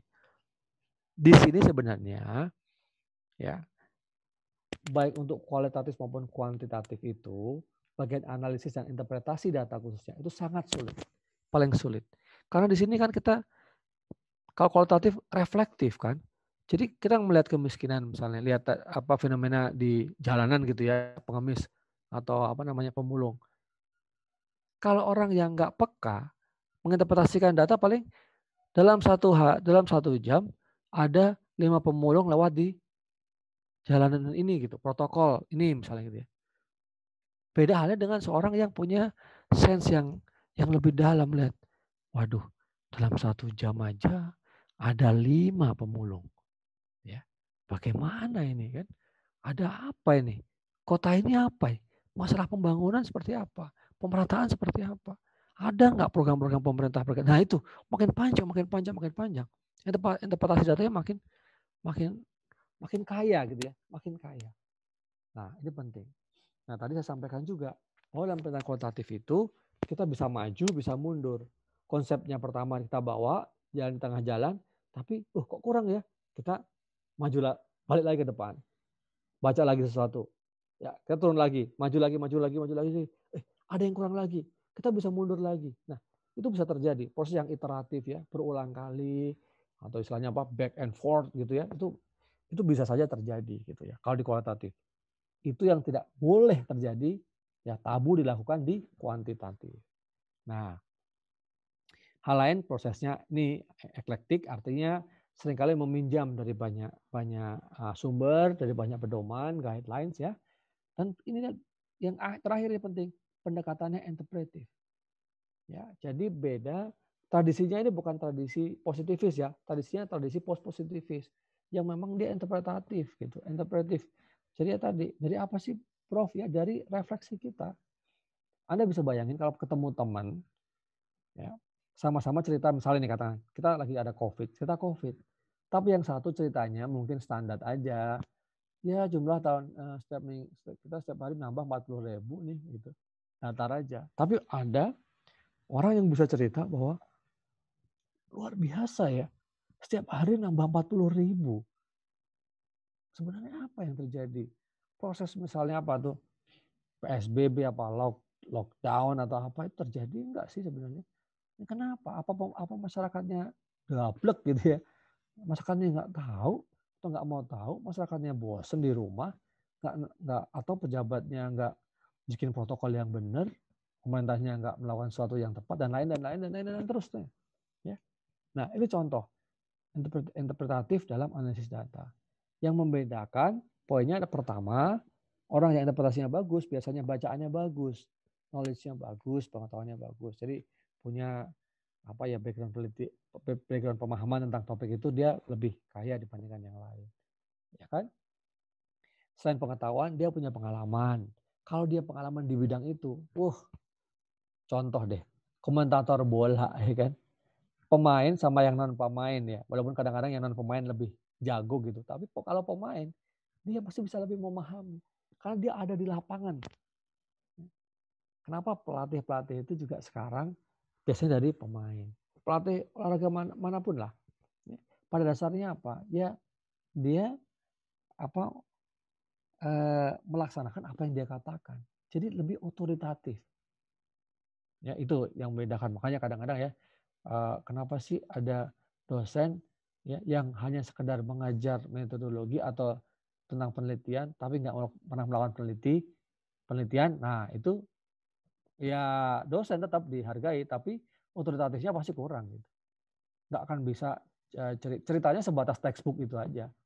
Nah tapi kalau dia yang melakukan penelitian betul, yang membuat kalian mungkin lebih tertarik dalam kelas adalah cerita-cerita yang dia bawa. Cerita-cerita yang dosen bawa ketika menjelaskan tentang topik tertentu. Topiknya mungkin satu hal, penelitian kualitatif, tapi dia bisa kemana-mana gitu. Karena pengalamannya kaya. Nah, pengalaman kaya itu bukan berarti selalu jelek ya kan. Selalu bilang kalau misalnya nih cerita, aduh pelajarannya hanya menceritakan I was, ketika saya ini, ketika saya itu. Itu nggak sepenuhnya salah loh, ya kan? Karena dari situ kita bisa belajar. Ya memang yang kemudian menjadi kurang tepat itu kalau hanya cerita soal masa lalu ya, beromantika tapi tidak berusaha mengambil esensinya dari pengalaman masa lalu itu apa. Ya. Karena ilmu pengetahuan saya percaya, ilmu pengetahuan itu sebenarnya adalah satu yang dialami, ya, pengalaman. Kalau belum dialami itu imajinasi ya, ilusi gitu ya. Oke, next ya. Nah, terakhir nih, laporan evaluasi. Kalau ini sih sebenarnya cepat aja.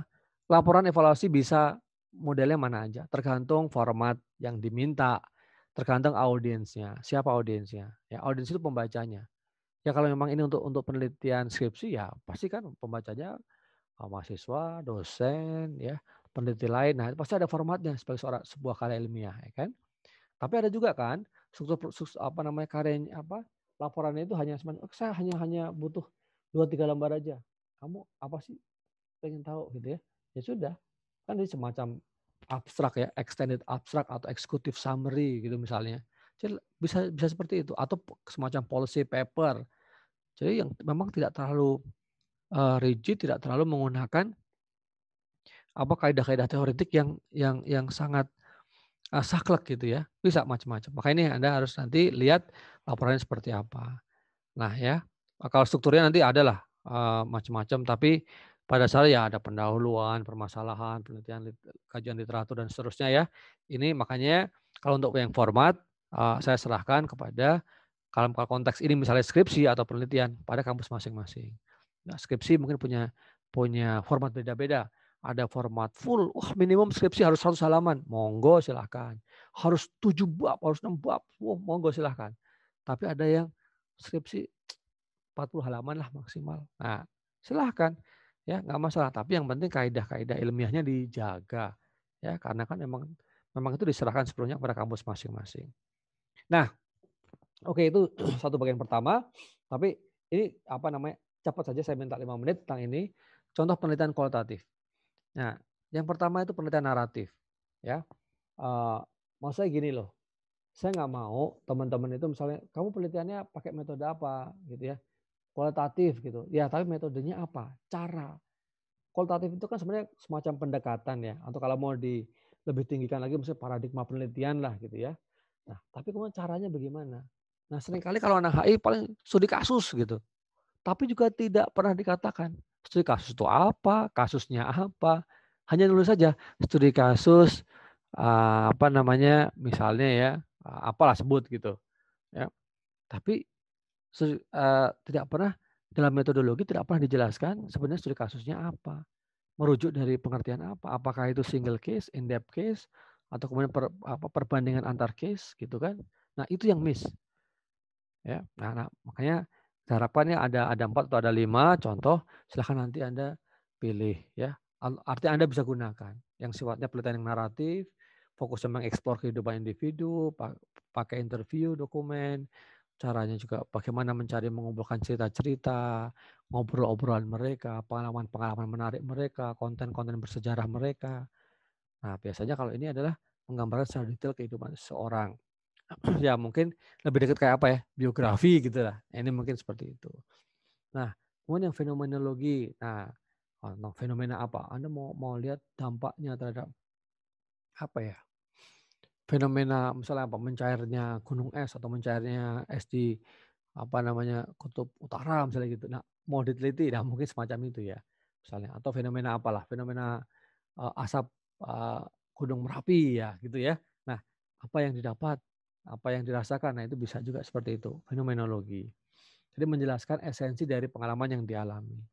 Atau etnografi. Ya, ini mungkin teman-teman antropolog ya.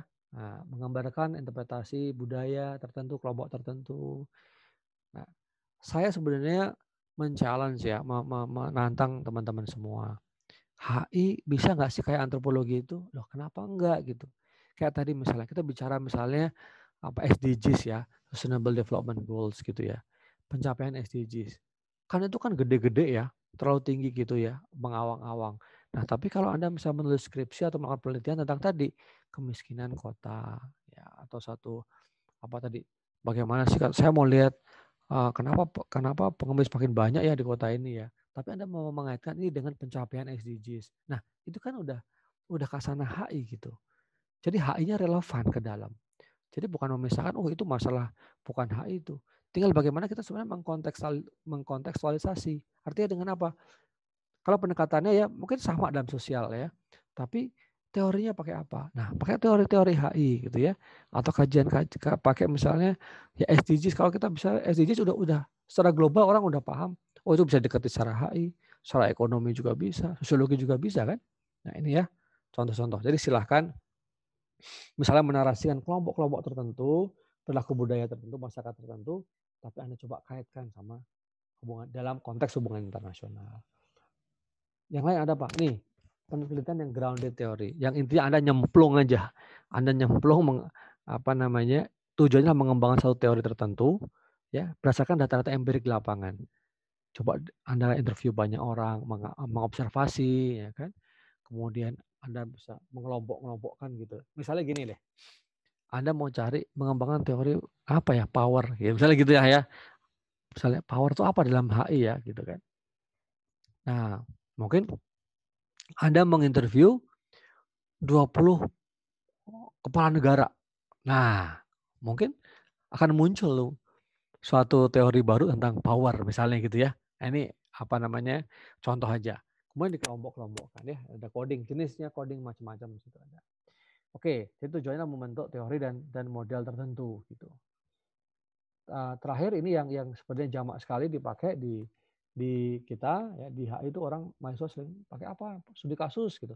Nah, pesan saya ya, oke, ini bagus studi kasus ya, kan mengembangkan analisis yang tajam, yang mendalam. Nah ini, apa kasus itu tunggal? Ya, artinya in-depth ya, in-depth case study atau single case study, atau kasusnya itu jamak. Jadi kasusnya apa, tapi dilihat di konteks yang lain. Kemudian Anda bandingkan. Ya. Atau bisa juga satu saja, tadi misalnya miskin kota, di Salatiga, terus tapi mendalam gitu ya. Anda ingin menggambarkan tentang gini, studi tentang pengangguran, pengemis, pengamen, pemulung. Tapi yang Anda ingin lihat adalah kemiskinan. Nah, itu bisa. Nah, tapi itu harus dibahasakan. Itu ada caranya ya. Nah, silahkan. Jadi semoga apa yang saya sampaikan ini bisa membuat Anda makin kaya gitu kalau mau melakukan penelitian ya. Nah, terakhir penutup, saya tidak selalu meneliti terus ya. Tidak selalu memberikan orasi-orasi ilmiah terus. Ya, tapi saya juga kadang-kadang main musik, nyanyi-nyanyi ya, walaupun suara saya kadang blero-blero, tapi adalah happiness. Ya, Anda harus balance ya. Makanya saya di sini tagline yang terus saya bawa, kita harus punya mimpi. Anda punya mimpi, apapun punya mimpi itu. Kalau Anda punya mimpi, Anda punya harapan untuk mencapainya. Ada goals itu. Kalau Anda sudah punya itu, Anda bisa punya goals, Anda mencapai, itu bisa menjadi inspirasi orang lain. Ya. Nah, seperti sekarang ini ya, saya tidak berharap dan mengharapkan saya jadi inspirator, itu bukan. Tapi orang sedikit banyak melihat saya ya sebagai manusia dalam pencapaian ini, mungkin ada inspirasi yang bisa diambil. Walaupun mungkin di bagian lain saya juga harus belajar dari orang lain, itu pasti ya. Tidak semuanya sempurna gitu ya. Nah, tapi ujungnya adalah bagaimana kita berkontribusi buat bangsa ini, buat negeri ini. Tidak harus selalu di Indonesia kalau kita bilang kontribusi bagi negeri itu. Anda nanti, saya pokoknya setelah ini S2, S3 saya mau di luar negeri. Tapi jangan lupa, dimanapun Anda berada, Anda adalah Indonesia, Anda adalah merah putih. Jadi jangan luar negeri Anda terus menjelek-jelekan negeri kita. Ya mengkritik bagus, tapi kemudian dalam konteks kemudian membangun, konstruktif. Itu ya. Jadi capailah mimpi-mimpi Anda. Kalau Anda belum punya mimpi, coba habis ini pikirin ya. Karena kalau enggak Anda mau kemana aja sama aja. Ya. Mau ke Solo sama aja, mau ke Semarang sama aja, jalannya mana aja sama. Tapi mimpinya Anda mau ngapain habis ini? Nah, saya senang banget berdiskusi dengan anak-anak muda ya.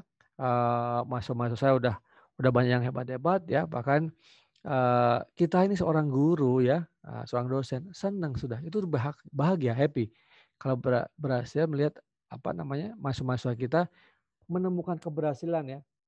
Berhasil sukses itu tidak selalu materi ya, jangan salah, tapi dia berusaha mahasiswa itu menemukan jati diri dia sendiri, mimpi dia sendiri ya. Kemudian dia senang gitu menikmati hidupnya. Jadi akhirnya dia bersyukur ya dengan apa yang dia dapat dan bisa membantu orang lain. Ya, itulah. Oke, ini medsos saya ya, Tirta Musitama. Anda mau connect saya di Facebook juga, mau connect saya di Instagram ya, ada juga. Kalau mampir-mampir di website, walaupun agak jarang saya update ya. Kalau yang belum subscribe, Anda merasa penting, boleh juga subscribe. Anda mau kontak-kontak pakai WA, silaturahmi boleh.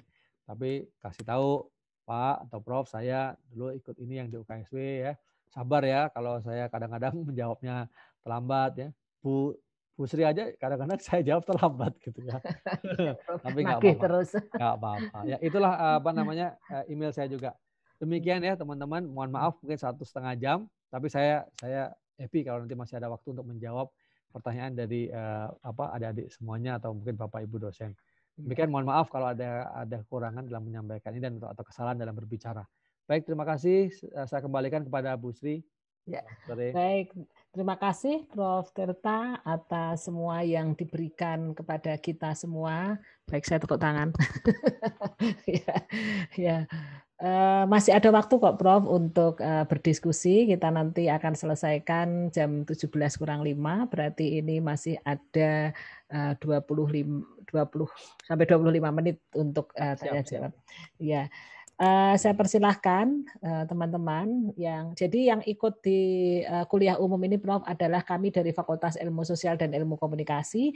Ada 3 program studi, yaitu dari program studi Sosiologi, Komunikasi, dan juga Hubungan Internasional. Jadi ada 3 ya teman semua ikut ambil bagian di dalam metodologi kualitatif ini. Dipersilahkan sebutkan nama dan juga dari program studi apa atau dari fakultas apa, karena ada juga dari fakultas di luar Fiskom yang kayaknya tertarik dan ikut juga di sini. Ya.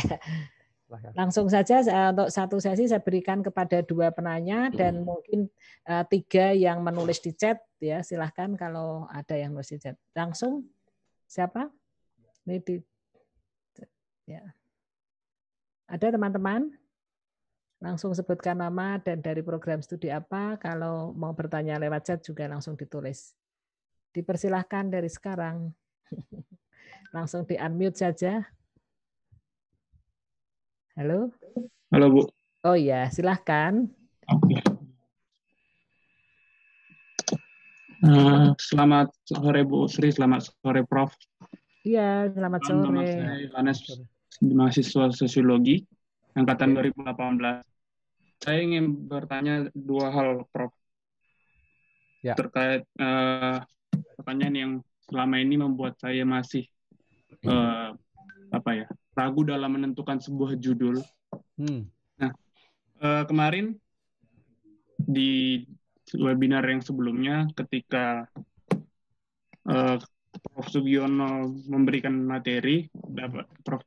Sugiono mengatakan bahwa ketika kita membandingkan sebuah pengaruh, berbicara tentang sebuah pengaruh itu termasuk dalam penelitian kuantitatif.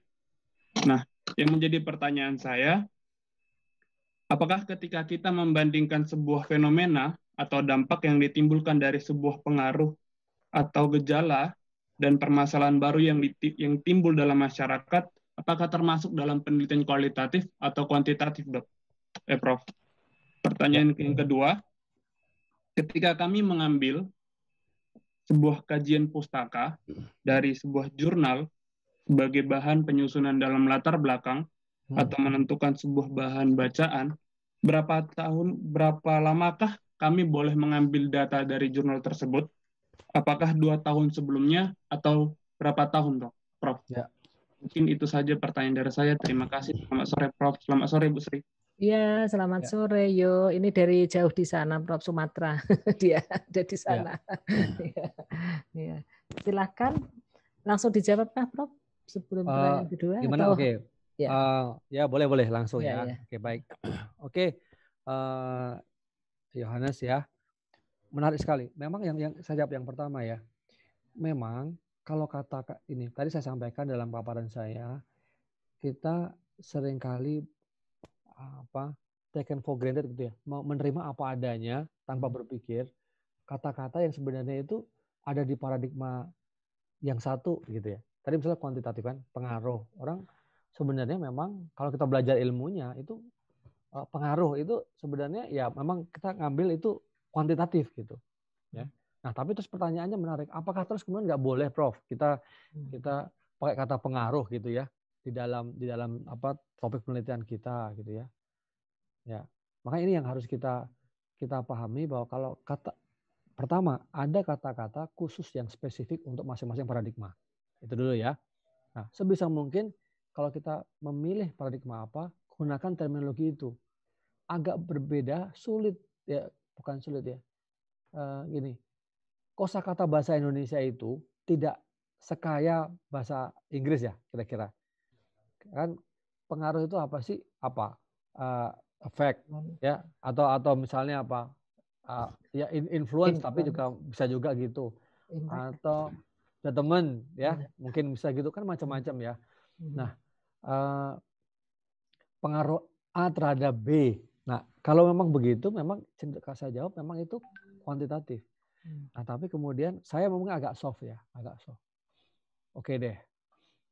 Kualitatif boleh nggak? menurut saya boleh, tetapi kemudian bagaimana kita membuktikan pengaruh itu. Ya. Kalau jadi gini, nggak bisa seperti kuantitatif atau positivis. Bahwa ngelihat misalnya ya, ini air putih, ya nggak tahu air putih ya di sini. Kalau dikasih obat atau apa, berapa, jadi warnanya jadi merah gitu kan. Jadi pengaruh pewarna terhadap air putih langsung kelihatan kan. Kalau sosial kan nggak kayak gitu ya, gitu. Karena takaran misalnya nih, contoh ya. Misalnya tadi kita bicara kemiskinan kota. Misalnya di Salatiga misalnya ada berapa? Katakanlah ya, saya nggak tahu 10.000 gitu katakanlah ya. Nah, tapi pakai program apa? Kemudian tingkat kemiskinannya berkurang. Pertanyaannya, apakah semata-mata hanya program itu saja yang membuat kemiskinannya menurun? Pasti nggak bisa kita. Ya. Nah, makanya ada yang di luar itu. Ya. Ada faktor-faktor di luar itu kan, yang kalau dari statistik itu kelihatan misalnya bahwa variabel apa independen itu bisa menjelaskan sekian persen variabel dependen gitu ya. Ada 70%, ada 60% gitu. Nah, sisa 40%-nya, nah itu kan dijelaskan oleh faktor lain, kan kira-kira gitu. Nah, ya. Jadi saya berpegang pada yang lebih soft saja. Yang penting Anda bisa menjelaskan fenomenanya seperti apa, ya. Jadi yang penting itu jelas fenomenanya apa dulu. Terus kemudian fenomena itu kan bisa diambil dari dua sumber. Bahwa dari lapangan, tadi ya saya cerita tadi kan di lapangan tuh, kemiskinan, pengamen, pemulung itu kan di lapangan ya kan. Nah, tetapi ada juga fenomena yang kita ambil dari literatur kan. Jadi setelah kita lihat lapangan, kita kembali makanya ke literatur. Ya, makanya saya akan nyambung ke yang kedua. Ketika di latar belakang, ya, kenapa sebaiknya data atau literatur itu terbaru?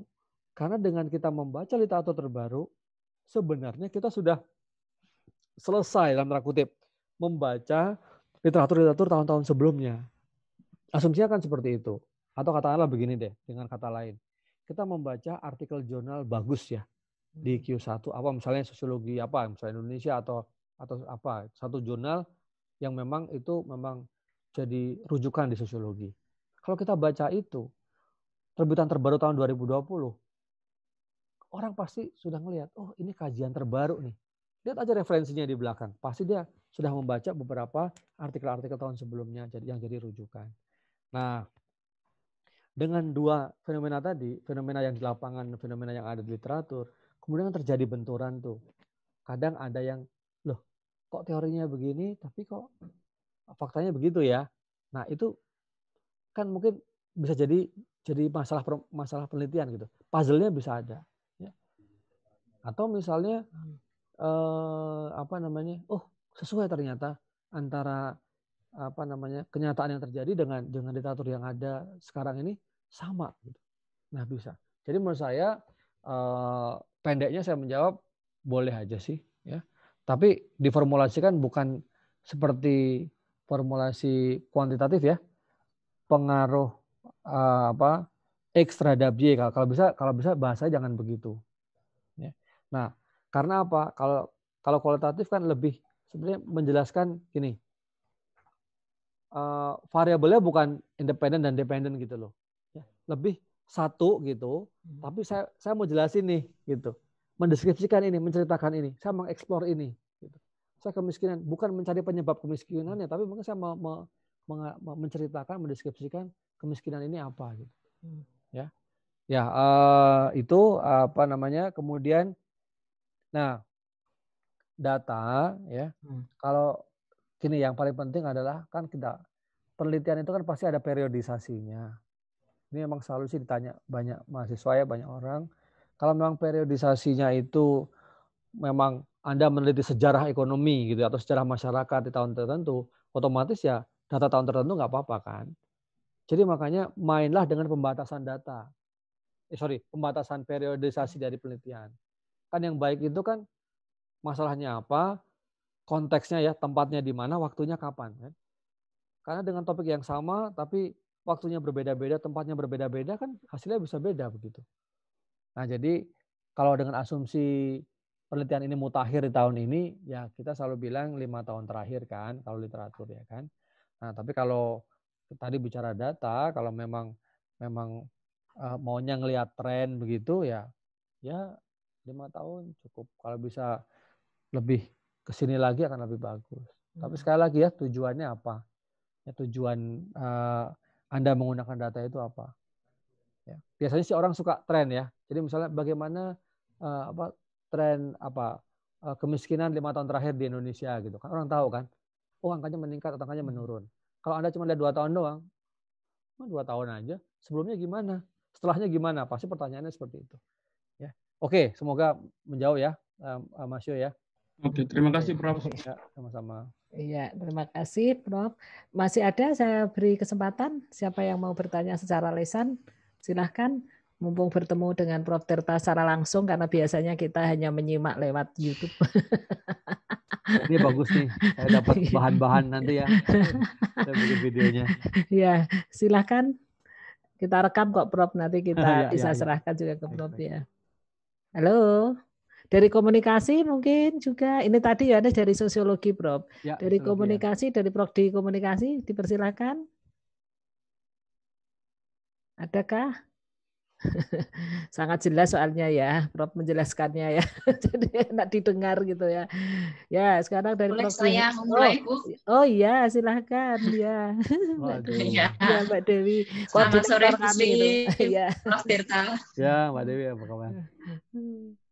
Ya, baik Prof, terima kasih. Ada beberapa hal yang ingin saya tanyakan ke Prof begitu. Yang pertama ini kan eranya multidisiplin ya Prof, untuk kajian sosial, apalagi misalkan ilmu komunikasi dengan ilmu hubungan internasional ini kan memungkinkan untuk dilakukan kolaborasi penelitian begitu. Ya. Nah, bisa share hasil-hasil atau Prof pernah berkolaborasi gitu, terutama untuk komunikasi dan HI misalkan, atau pernah menguji untuk riset-riset HI dan komunikasi yang kita bisa kolaborasikan bersama gitu. Nah, nampaknya ini apalagi nanti kemungkinan di 3 prodi dengan sosiologi juga. Nah, kolaborasi riset seperti apa sih yang mungkin dilakukan dengan pendekatan kualitatif untuk riset-riset tersebut begitu. Nah, itu yang pertama. Yang kedua, terkait dengan penelitian kuantitatif HI, secara metodologi memang sama ya Prof. Misalnya apakah memang melakukan misalkan pengambilan datanya adalah survei, kemudian membagikan kuesioner, atau utamanya lebih ke analisis data-data sekunder dari hasil-hasil penelitian kuantitatif misalkan yang dilakukan oleh lembaga-lembaga tertentu, lembaga riset misalkan. Demikian Prof, 2 pertanyaan dari saya. Terima kasih. Ya, baik, terima kasih Mbak Dewi. Bagus sekali.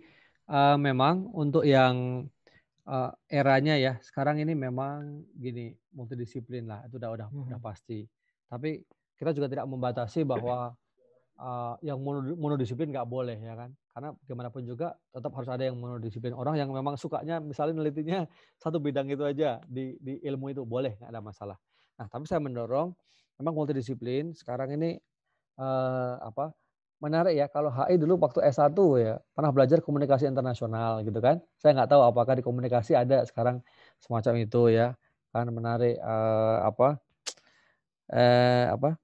dulu ada siapa itu seorang peneliti komunikasi, ada cerita tentang Global Village atau apalah, saya ingat tahun 80-an apa 70-an gitu ya.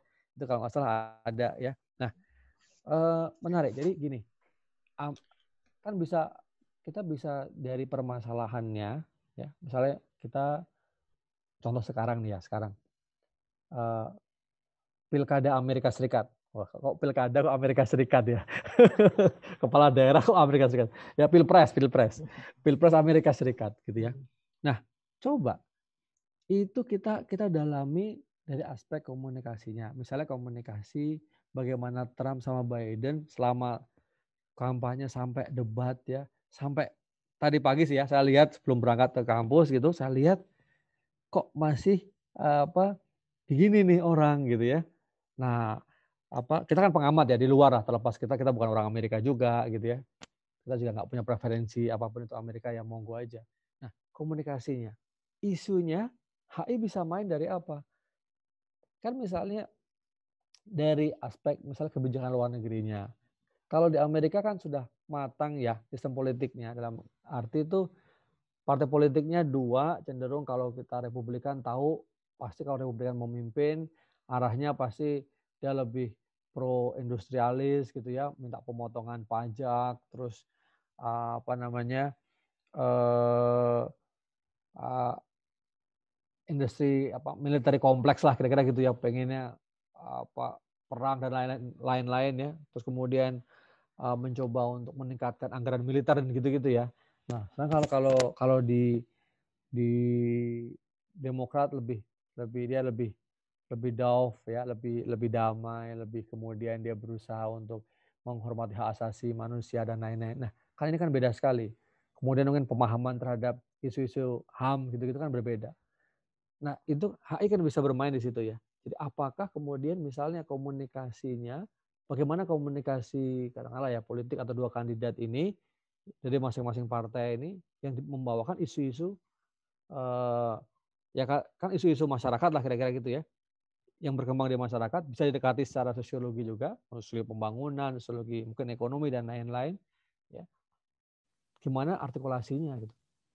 Kalau mungkin saya tambahkan, kalau kualitatif tok ya dalam hal ini mungkin agak kurang menarik karena sekarang kan cuitan-cuitan itu ya Bu ya, cuitan-cuitan Twitter ya kan, medsos itu kan kalau bisa menggandeng ya. Ini UKS itu kan kuat juga sistem informasinya kan, teknologi informasi sama sistem informasi ada kan ya.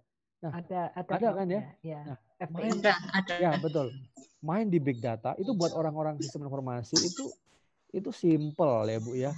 Apa misalnya sekarang model machine learning ya gitu-gitu mungkin sederhana, apa sentiment analysis gitu ya. Nah, ajak diskusi, gimana misalnya nih ngelihat sekarang kan kalau kita balik ke konteks Indonesia mau pilkada nih ya kan, rame gitu ya. Nah, mau dilihat sentimennya para pemilih si A sama si B bagaimana. Nah, setelah mengkomunikasikan mungkin program-program masyarakatnya. Nah, nanti bisa dilihat kalau pakai alat-alat itu. Nah, kekurangannya orang TI sama SI, dia hanya ngelihat ya udah ini hasilnya ini positif, hasilnya negatif, titik gitu. Tapi saya selalu bilang kan, sini ada profesor, tempat saya juga ada profesor artificial intelligence ya, itu Prof Widodo. Wah ini Prof ini bagus sekali kalau hasilnya ini bisa dimasukin orang sosial, ya, interpretasi dari aspek-aspek sosial politiknya, jadi makin kaya. Jadi memang perlu multidisiplin. Nah sekarang saya tahun ini sedang mengajukan juga untuk hibah ya penggunaan big data ya dengan teman-teman dari computer science ya, teknik informatika dengan teman-teman HI yang memang sudah kita bangun setahun terakhir ini, bagaimana ya melihat misalnya hubungan antar negara memang agak menjadi lebih kuantifisir ya, jadi saya bicara tidak kualitatif lagi ya, tapi karena kita ingin melihat coba keunggulannya kuantitatif itu karena kalau main datanya banyak, jadi kita melihat polanya juga bisa jelas gitu. Nah itu sih, sehingga generalisasinya jelas. Kalau kualitatif kan kita main kedalaman ya, fokus kedalaman, jadi kita analisisnya bisa tajam gitu. Tapi kalau ditanya bisa nggak generalisasi, kan bukan itu. Kan kualitatif tidak menjawab itu kan, pasti. Nah itulah kekurangannya. Makanya menurut saya indahnya paradigma yang berbeda itu kalau bisa ada combine. Oke, kira-kira itu Bu, misalnya contoh-contoh topik-topik seperti itu ya. Nah saya sih malah mengharapkan justru kita dalam forum-forum seperti ini tidak hanya kuliah tamu seperti ini ya. Mungkin sebenarnya kemarin ini masa-masa pengajuan hibah dikti ya mestinya ya. Nah itu apalagi kita dalam Nuni ya Bu Sri ya, itu bisa Bu Dewi ya, itu bisa terus berkolaborasi untuk bisa kekuatannya di sana apa ya. Nah nanti bisa ya mungkin UKSD ngerjain itunya, nanti BINUSnya ngerjain yang lain. Ini sangat bisa. Nah, makanya langkah-langkah konkret dari pertemuan-pertemuan seperti ini kita lanjutkan lagi. Nah, yang kedua tadi Bu memang ya HI ini sebenarnya kalau orang bilang riset atau bukan, itu orang pertama pasti bilang kamu cuma ngandalin data-data sekunder doang ya.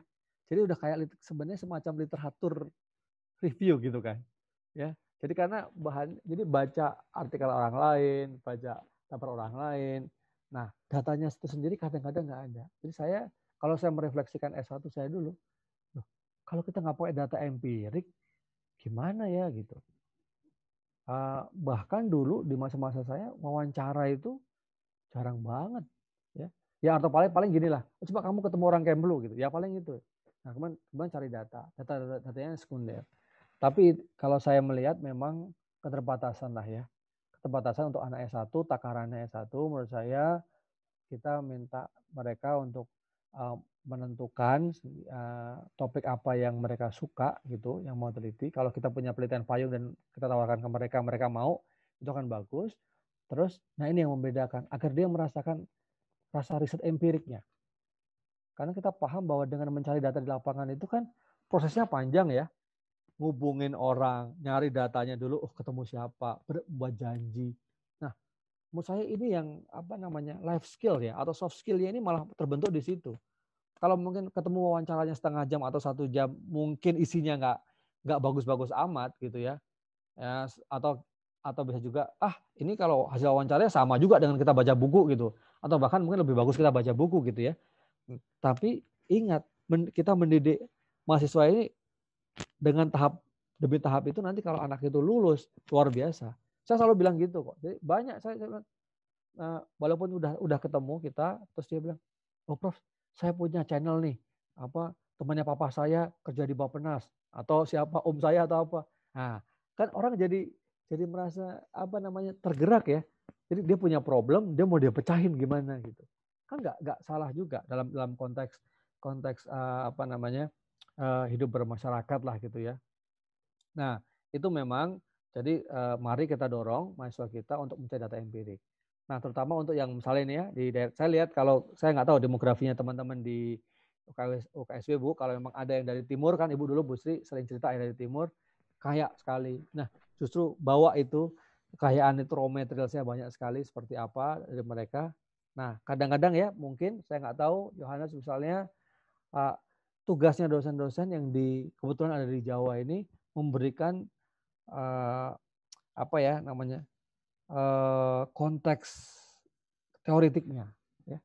Itu menurut saya. Jadi mungkin dalam konteksnya gini, mungkin kan kita punya akses banyak membaca ya kan, tapi mungkin mereka agak terlambat, tapi mungkin sekarang dengan palaparing dan segala macam mereka juga punya akses yang sama dengan kita. Nah itu menurut saya, jadi kombinasi itu sehingga membumi itu ya, yang membumi, sosiologi yang membumi, komunikasi yang membumi ya, luar biasa. Atau tadi saya ingat Bu Dewi, hoax itu studi itu paling ini.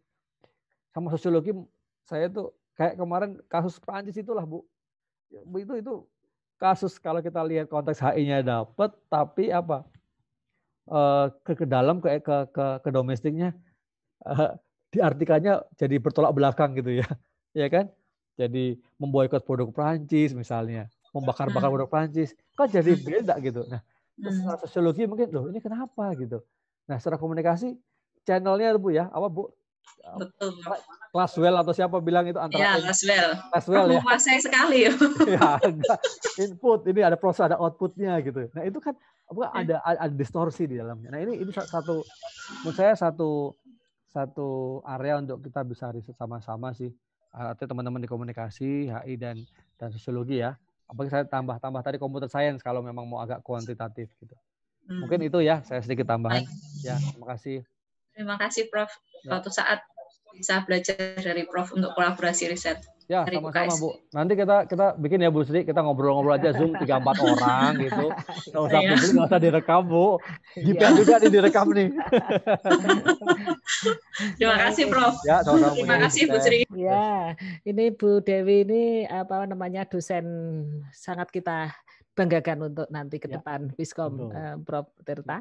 Ya, jadi kalau nanti bisa berkolaborasi, saya kira itu menjadi bagian yang sungguh dinanti-nanti oleh dosen-dosen kita. Ya, baik. Sama sekali sudah karena ini memang pas 16:59, Prof.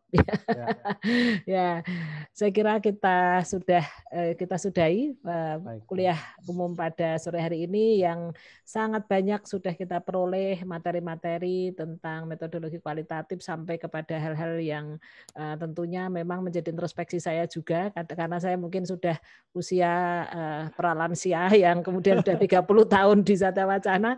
Kadang kalau ngajar medpen kualitatif seperti tadi, banyak yang saya ceritakan apa yang sudah saya lakukan, tapi Prof tadi memberikan saya satu keayeman gitu ya, karena mungkin mahasiswa saya mungkin bersungut-sungut juga, ini Bu Sri dongeng terus gitu ya, tapi ternyata tadi dongengan itu pun ada manfaatnya gitu ya Prof ya.